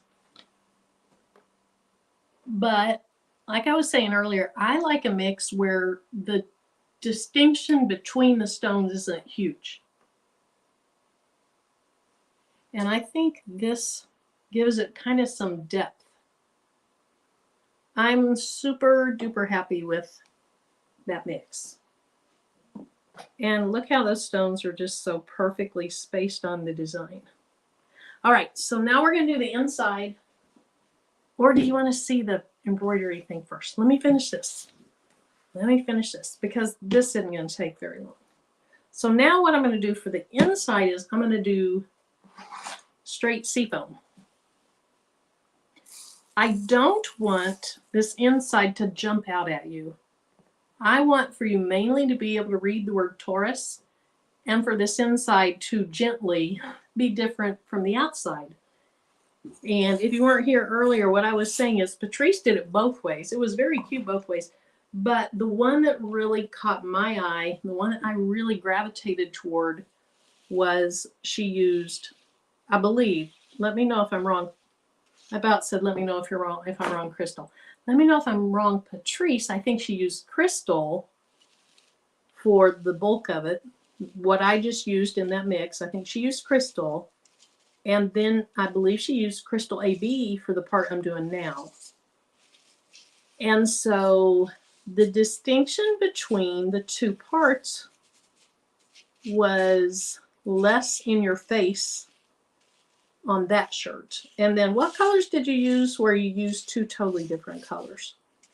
Again, they were both cute, but I really gravitated toward the one where the difference was more subtle. So I wanted to kind of mimic that. Or somewhat copy that, but imitate. You imitate things you love. And that's what people show you things for, is so you can get a different feel for the different styles. And as long as you're making those for yourself or you're making them for your clients and you're not, you know, copying things to sell, that's a good thing. You're imitating what you love. And so I'm imitating kind of that subtle distinction between the two layers like Patrice did.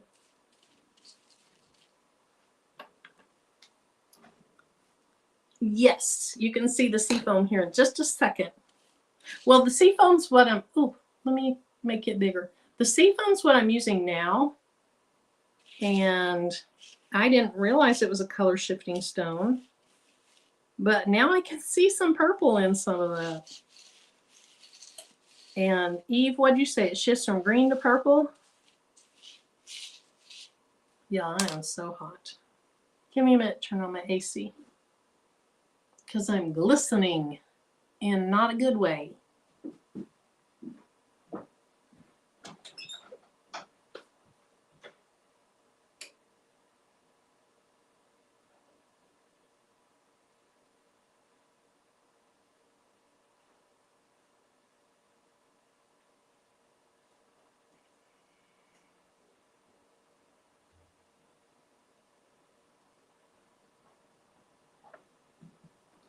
Hoo-wee. Okay, I'm back.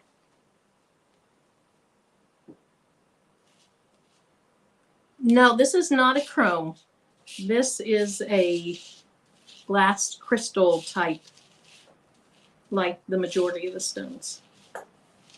And it's really, really pretty.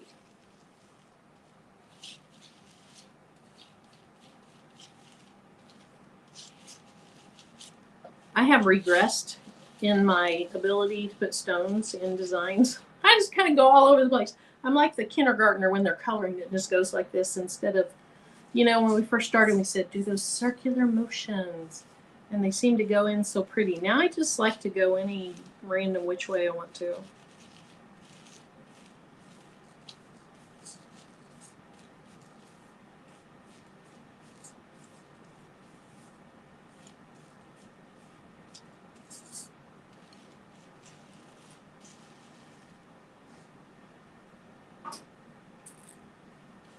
You're welcome, Miss Becky.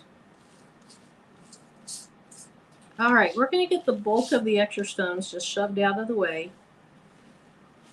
And then let's find our gaps. And hopefully we'll be done here in about 10 minutes, maybe 15 minutes. And Patrice, what are you going to do tomorrow night if you know? You may not know. I know that's... I didn't know till today exactly what I was going to do. I had told Patrice yesterday I was thinking about this, I was thinking about that. And then we talked about sublimation. And then when I was doing my thumbnail today, I was like, I'll just do it all. I'll do the bling. I'll do sublimation. I'll even do embroidery all by myself. And then when I opened up these stones and I saw them, I came in my crafter and was like, okay, what color would go well with these? And that mix came to my head, and I was like, I'll use these in a mix, and that's how I'll tie them in with the other stones.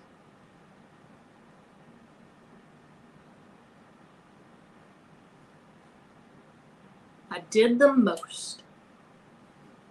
Did the most.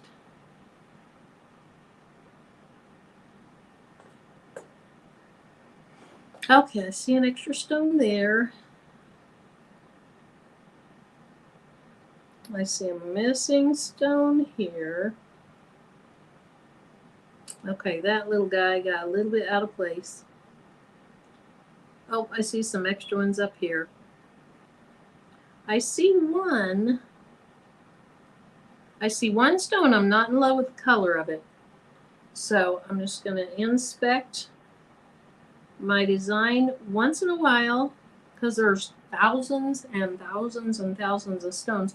Once in a while you're going to get, oh, I have a gap right there. You're going to get a stone that maybe doesn't have as much glue on the back as the others.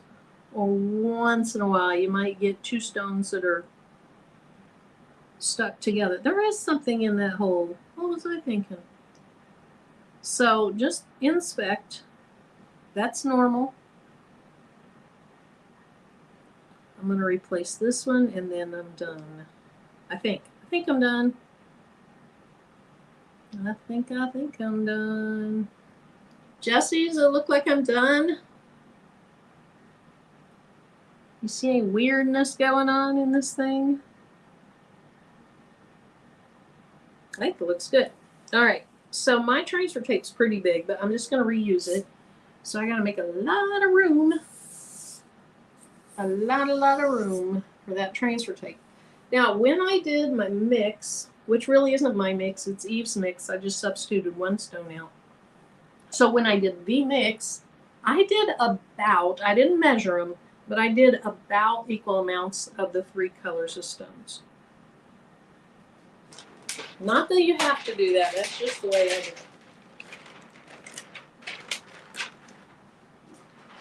it. I'm sure the press is still on, it is. I hope you'll be able to see the difference between these colors and the mix. Now I'm having that self-doubt, but now I'm having that self-doubt that creeps in, but it's a learning experience. It's all a learning experience. So if you're like, that really isn't that cute, don't worry about putting, hey, that's cute in the chat.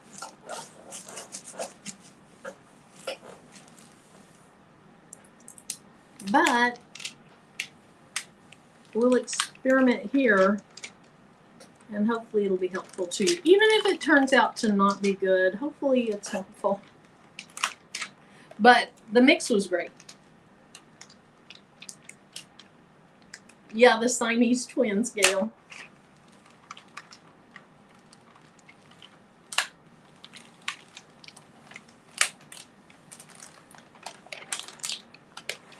All right, this piece of tape was so huge it stuck to the table a little bit, stuck to the cutting mat.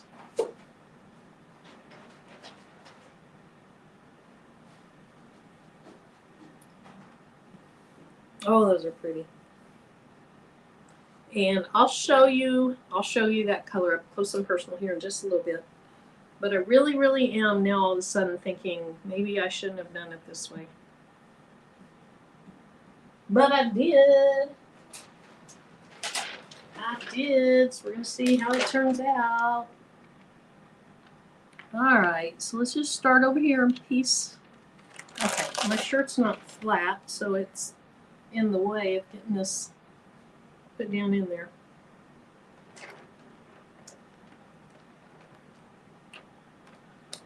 As I put this down, Jesse, I think it's going to be okay.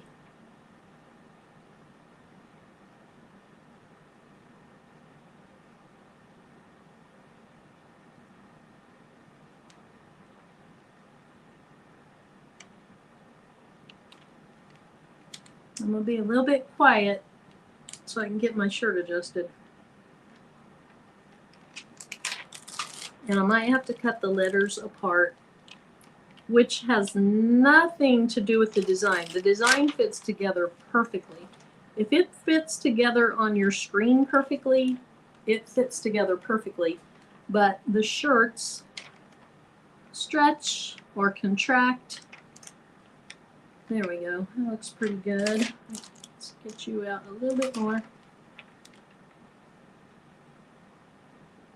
And I figured that out when I made a football design once. And well, in that case, I had stretched my template, and so the 2 layers didn't fit together right.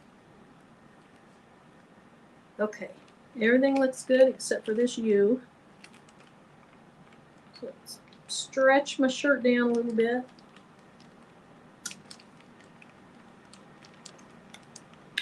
That stone is a little out of place, but I think that was my first layer, so. Okay, yeah, you can barely see the difference. But even if you can't, it says Taurus, and I'm going to love it.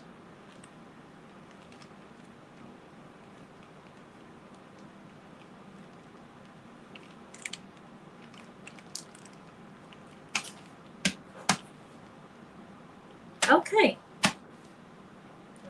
I think I have it placed well. Patrice, like, Okay, fix the U. Did I fix it? I think I might cut that U part out and place it separately.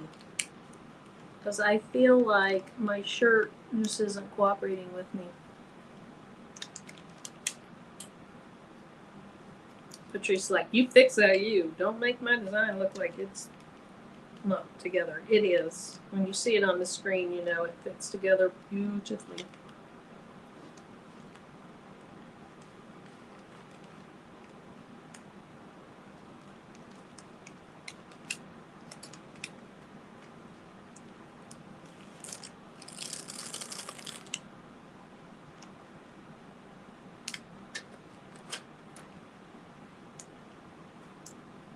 Okay.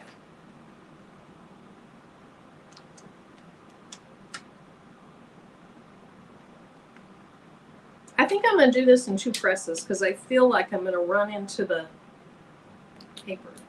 So the difference is noticeable? Good. Oh, Patrice says you fixed it.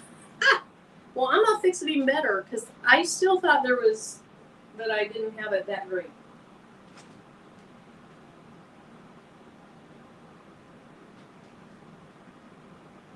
And you know I'm a little bullheaded, so I just wanted to do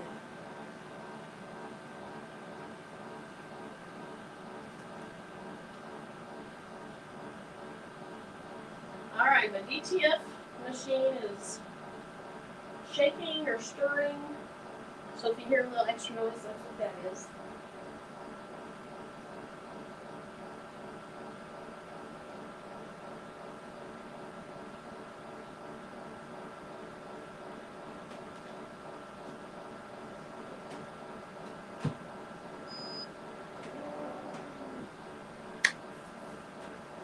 Thank you.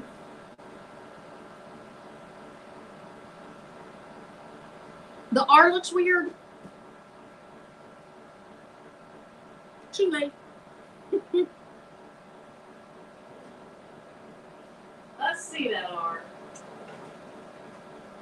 Oh, you're right, Patrice. I have some stones that I flipped when I cut it. So I think they will come up. Yep.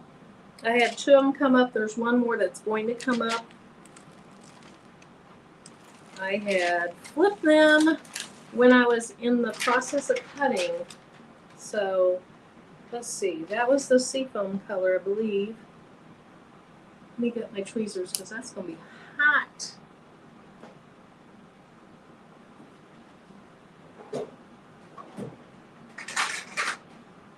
So I'll just lay those down with this next layer.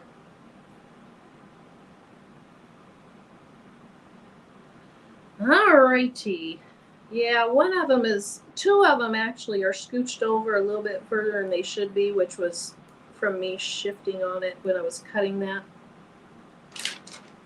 So I had 3 stones to lay down there, and the rest of my U.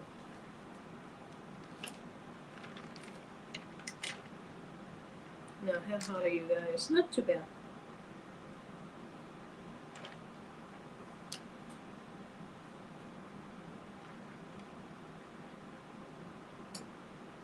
I have a stone that I don't have the right way here. Give me a minute.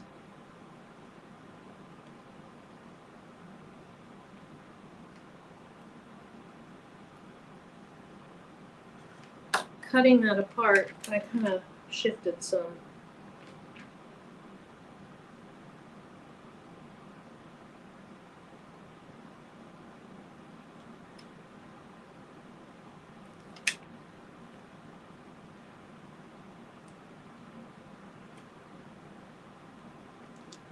Yeah, I shifted a stone over here too.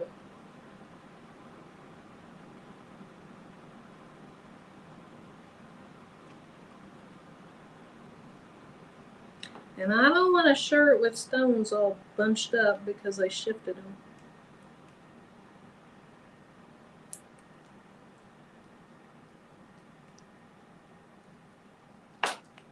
Sorry, guys. I'm taking a little bit more time than I meant to. Okay, good, good, good. You guys can't even see what I'm doing. I'm sorry.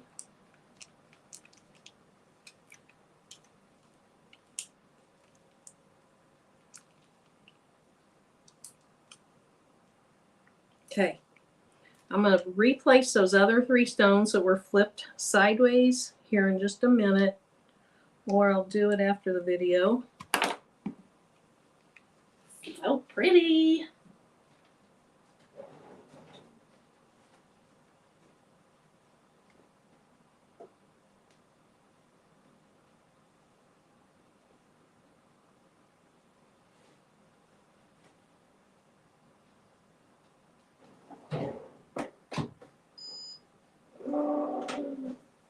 Okay, so let me see. Miss Becky, here are the seafoam colors. This camera doesn't do it justice, so I'm going to hold it up to the front camera here in just a minute. Let's go ahead and make myself big. I'm going to be missing 3 stones on this shirt, so if something looks weird, it's because 3 stones are missing, because I flipped them over when I was cutting those letters apart. That's pretty. And even if you can't tell a big difference between the 2 layers, you definitely see that it says Taurus.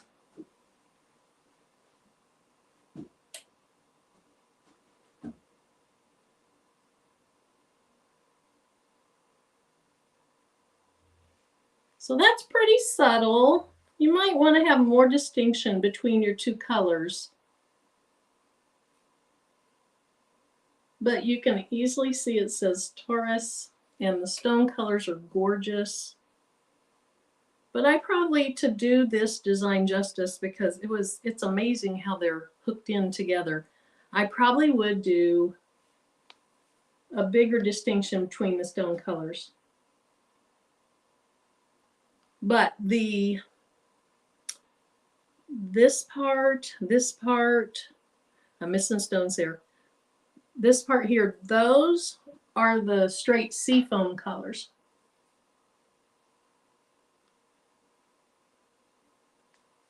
I don't think I pieced the A together perfectly, but it's very pretty. I did shift some stones. I see it right there in my A. Oh my goodness, Marilyn. Okay, I'm gonna have to clean this up. But it's pretty.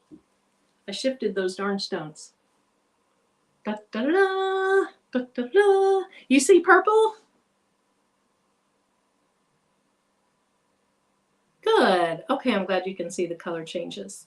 All right, so let's look at this last thing, which is the embroidery. And let's take it off the machine.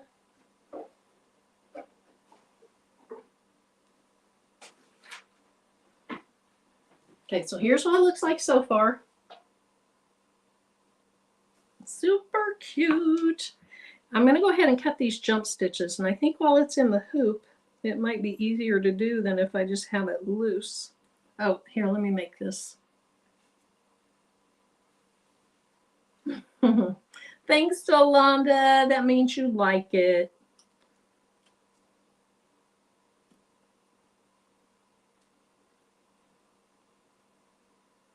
And then I guess, I don't know if you have to, but I assume then that you would press this down, because this glitter is heat transfer vinyl. And if you press it down, it's going to be stuck to the shirt better.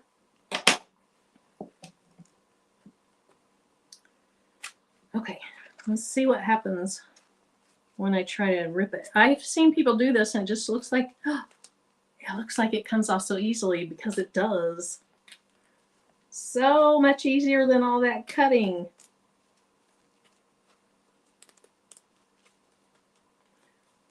And I think that when you go, like, pull it along the side as opposed to just trying to pull it straight up is probably better, but I don't know. I have a little bit that's stuck down in that part.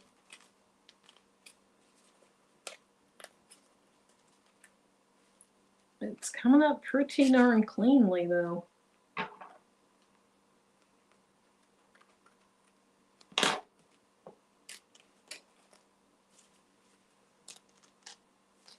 Nice.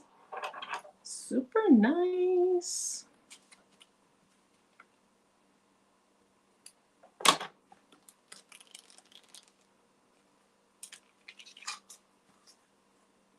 What's funny is before I started seeing this, one of the ladies at work, she brought me, well, she took a picture with her phone and she showed me the picture on her phone. And it was basically this type of design, but I think her picture had, there's some loose thread there. I think her picture had 2 or 3 different colors of the glitter HTV in it. So I think she laid down a different color for each letter. But anyway, when she showed the shirt to me, she said, I think this could be the cutest t-shirt I've ever seen.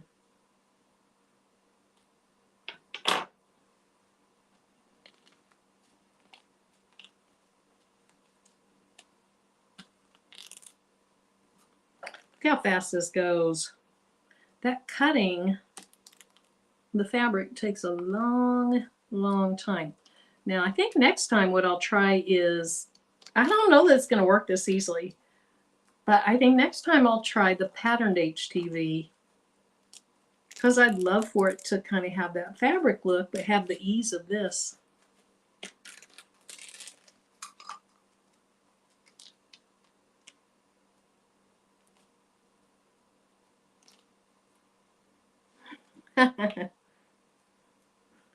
Thanks, Stamps. Okay, let's see. What do I want to use to get up under there? I guess I'll just use these. Yeah, I'm really happy with how this turned out. Now, I'm not saying my colors are the best, but I really wanted to test the process. And I love the process.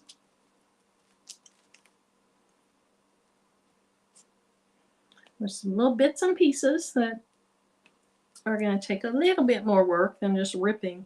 There's a skinny piece of purple inside there. I'm not going to deal with that right now.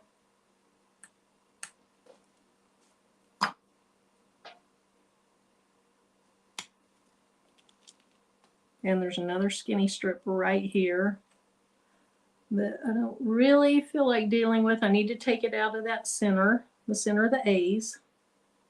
Well, we might as well do it all. See how it turns out. I just want to be really careful with this weaving tool. I don't poke a hole down in my shirt.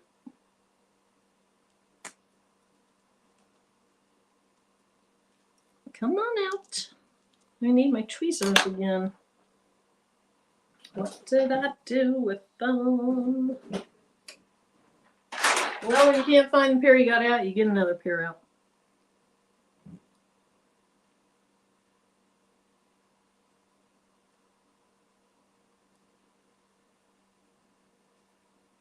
And when that doesn't work, just use your fingernails. Okay, so there's a little bit of cleanup to do, but I don't want to take all that time to deal with that because we've been on here a long time. We've been on here going on 3 hours.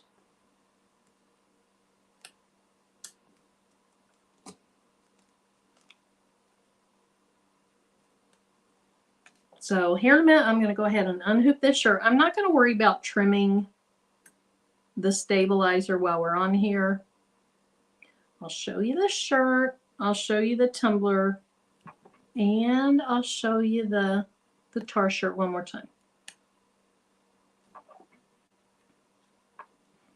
I'm really concerned that I'm digging too much with those. So I'm just going to try to do it with my fingernails. Okay, good. So I have a little bit more to dig out there, a little bit of a corner there, a little bit down here. This looks pretty good. Thanks, Dee. Thanks, you. Thanks, Eve. I called you Uni. Alrighty. So there is a lot of excess stabilizer to cut away. But let me just show you what it looks like. It's not going to lay right because I need to cut all that away. But there it is. Now, do I see puckering? I see a tiny bit up here. And then after I get the rest of this cleaned up, those little pieces that need to come out, then I'll go ahead and I'll press it with the heat press. But I'm not going to keep you on there for that. That design is too low. It's almost on my belly. It's too low. It's not on my belly. I don't even think it's, yeah, it's kind of centered. It needs to go up an inch, inch and a half, I think. But when it's on my shoulders, yeah, it's a little low for my taste. It's smexy. Okay, so there's that shirt. I'm happy to get the process done. I think it looks pretty nice, even though it's too low. Here is this shirt. I love the colors in this. I love that you can easily see it says Taurus. I'm not sure I love the combination of colors I used because I don't think it does the design justice. And this design is awesome. Because if you go back and watch Patrice's video, you can see in one of her shirts where she used two distinct colors, you could see it really, really well. So, but there's that. I love the seafoam and I love that mix. And then my tumbler. So I have my Taurus tumbler that I made. And I'll use it with my Taurus shirt. It turned out really nice. So thank you guys for coming on tonight and hanging out with me. I said at the beginning of the video, work's been working. Thank you, Patrice, for listening to me vent yesterday for so long and just rant and rave about it. I appreciate that. I appreciate all you guys being in here. I hope that this is some nice fellowship fun time for you. It definitely is for me. It's something that just makes me feel good. I appreciate you guys. Thank you. Thank you. Thank you. Alrighty. So I don't know if Patrice said what she's doing. I am a Taurus gal. I am. I don't know if Patrice said what she's going to do tomorrow night. Patrice, if you know, put it in the chat. If you don't know, just act like you're asleep. But she will be on tomorrow night around 6:30 Central Time, maybe 6:45 Central Time. Thank you. Thank you, Rosie. Thank you, Karen. And then thanks, Kristen. Oh, tomorrow. Okay, yes. Tomorrow night is date night with Eve. So they'll be doing something fun.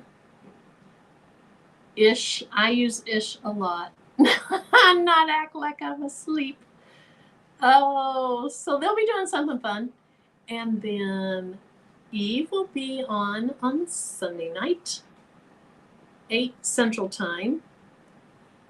Angel B comes on Monday night.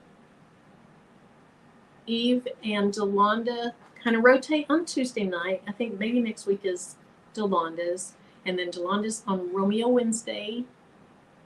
The Patch Hat Crew comes on at 5. Is it 5 o'clock, Miss Becky or Gail or Laura? I don't think Laura's in here. Yeah, Delonda, what do you want to do for date night? Excuse me. Or Delonda, what are you doing on your videos next week? And then, of course, we're back to Thursday night next week, and I'll be back on. Okay, 5 p.m. Central Time. So check out the Gail, Laura, and Miss Becky. They go on all 3 channels. Delonda and Patrice will have a so good Saturday or Sunday. That is cool. All righty. Embossing with my teacher. Oh, good. You're going to do an embossing thing. That's fun. All right. Thank you, guys. I will see you a week from now. And hope you guys have a good weekend. Hope everything's going okay in your life. Sharon, if you're still on here, I hope you get home soon. And until my next video, I'll see y'all.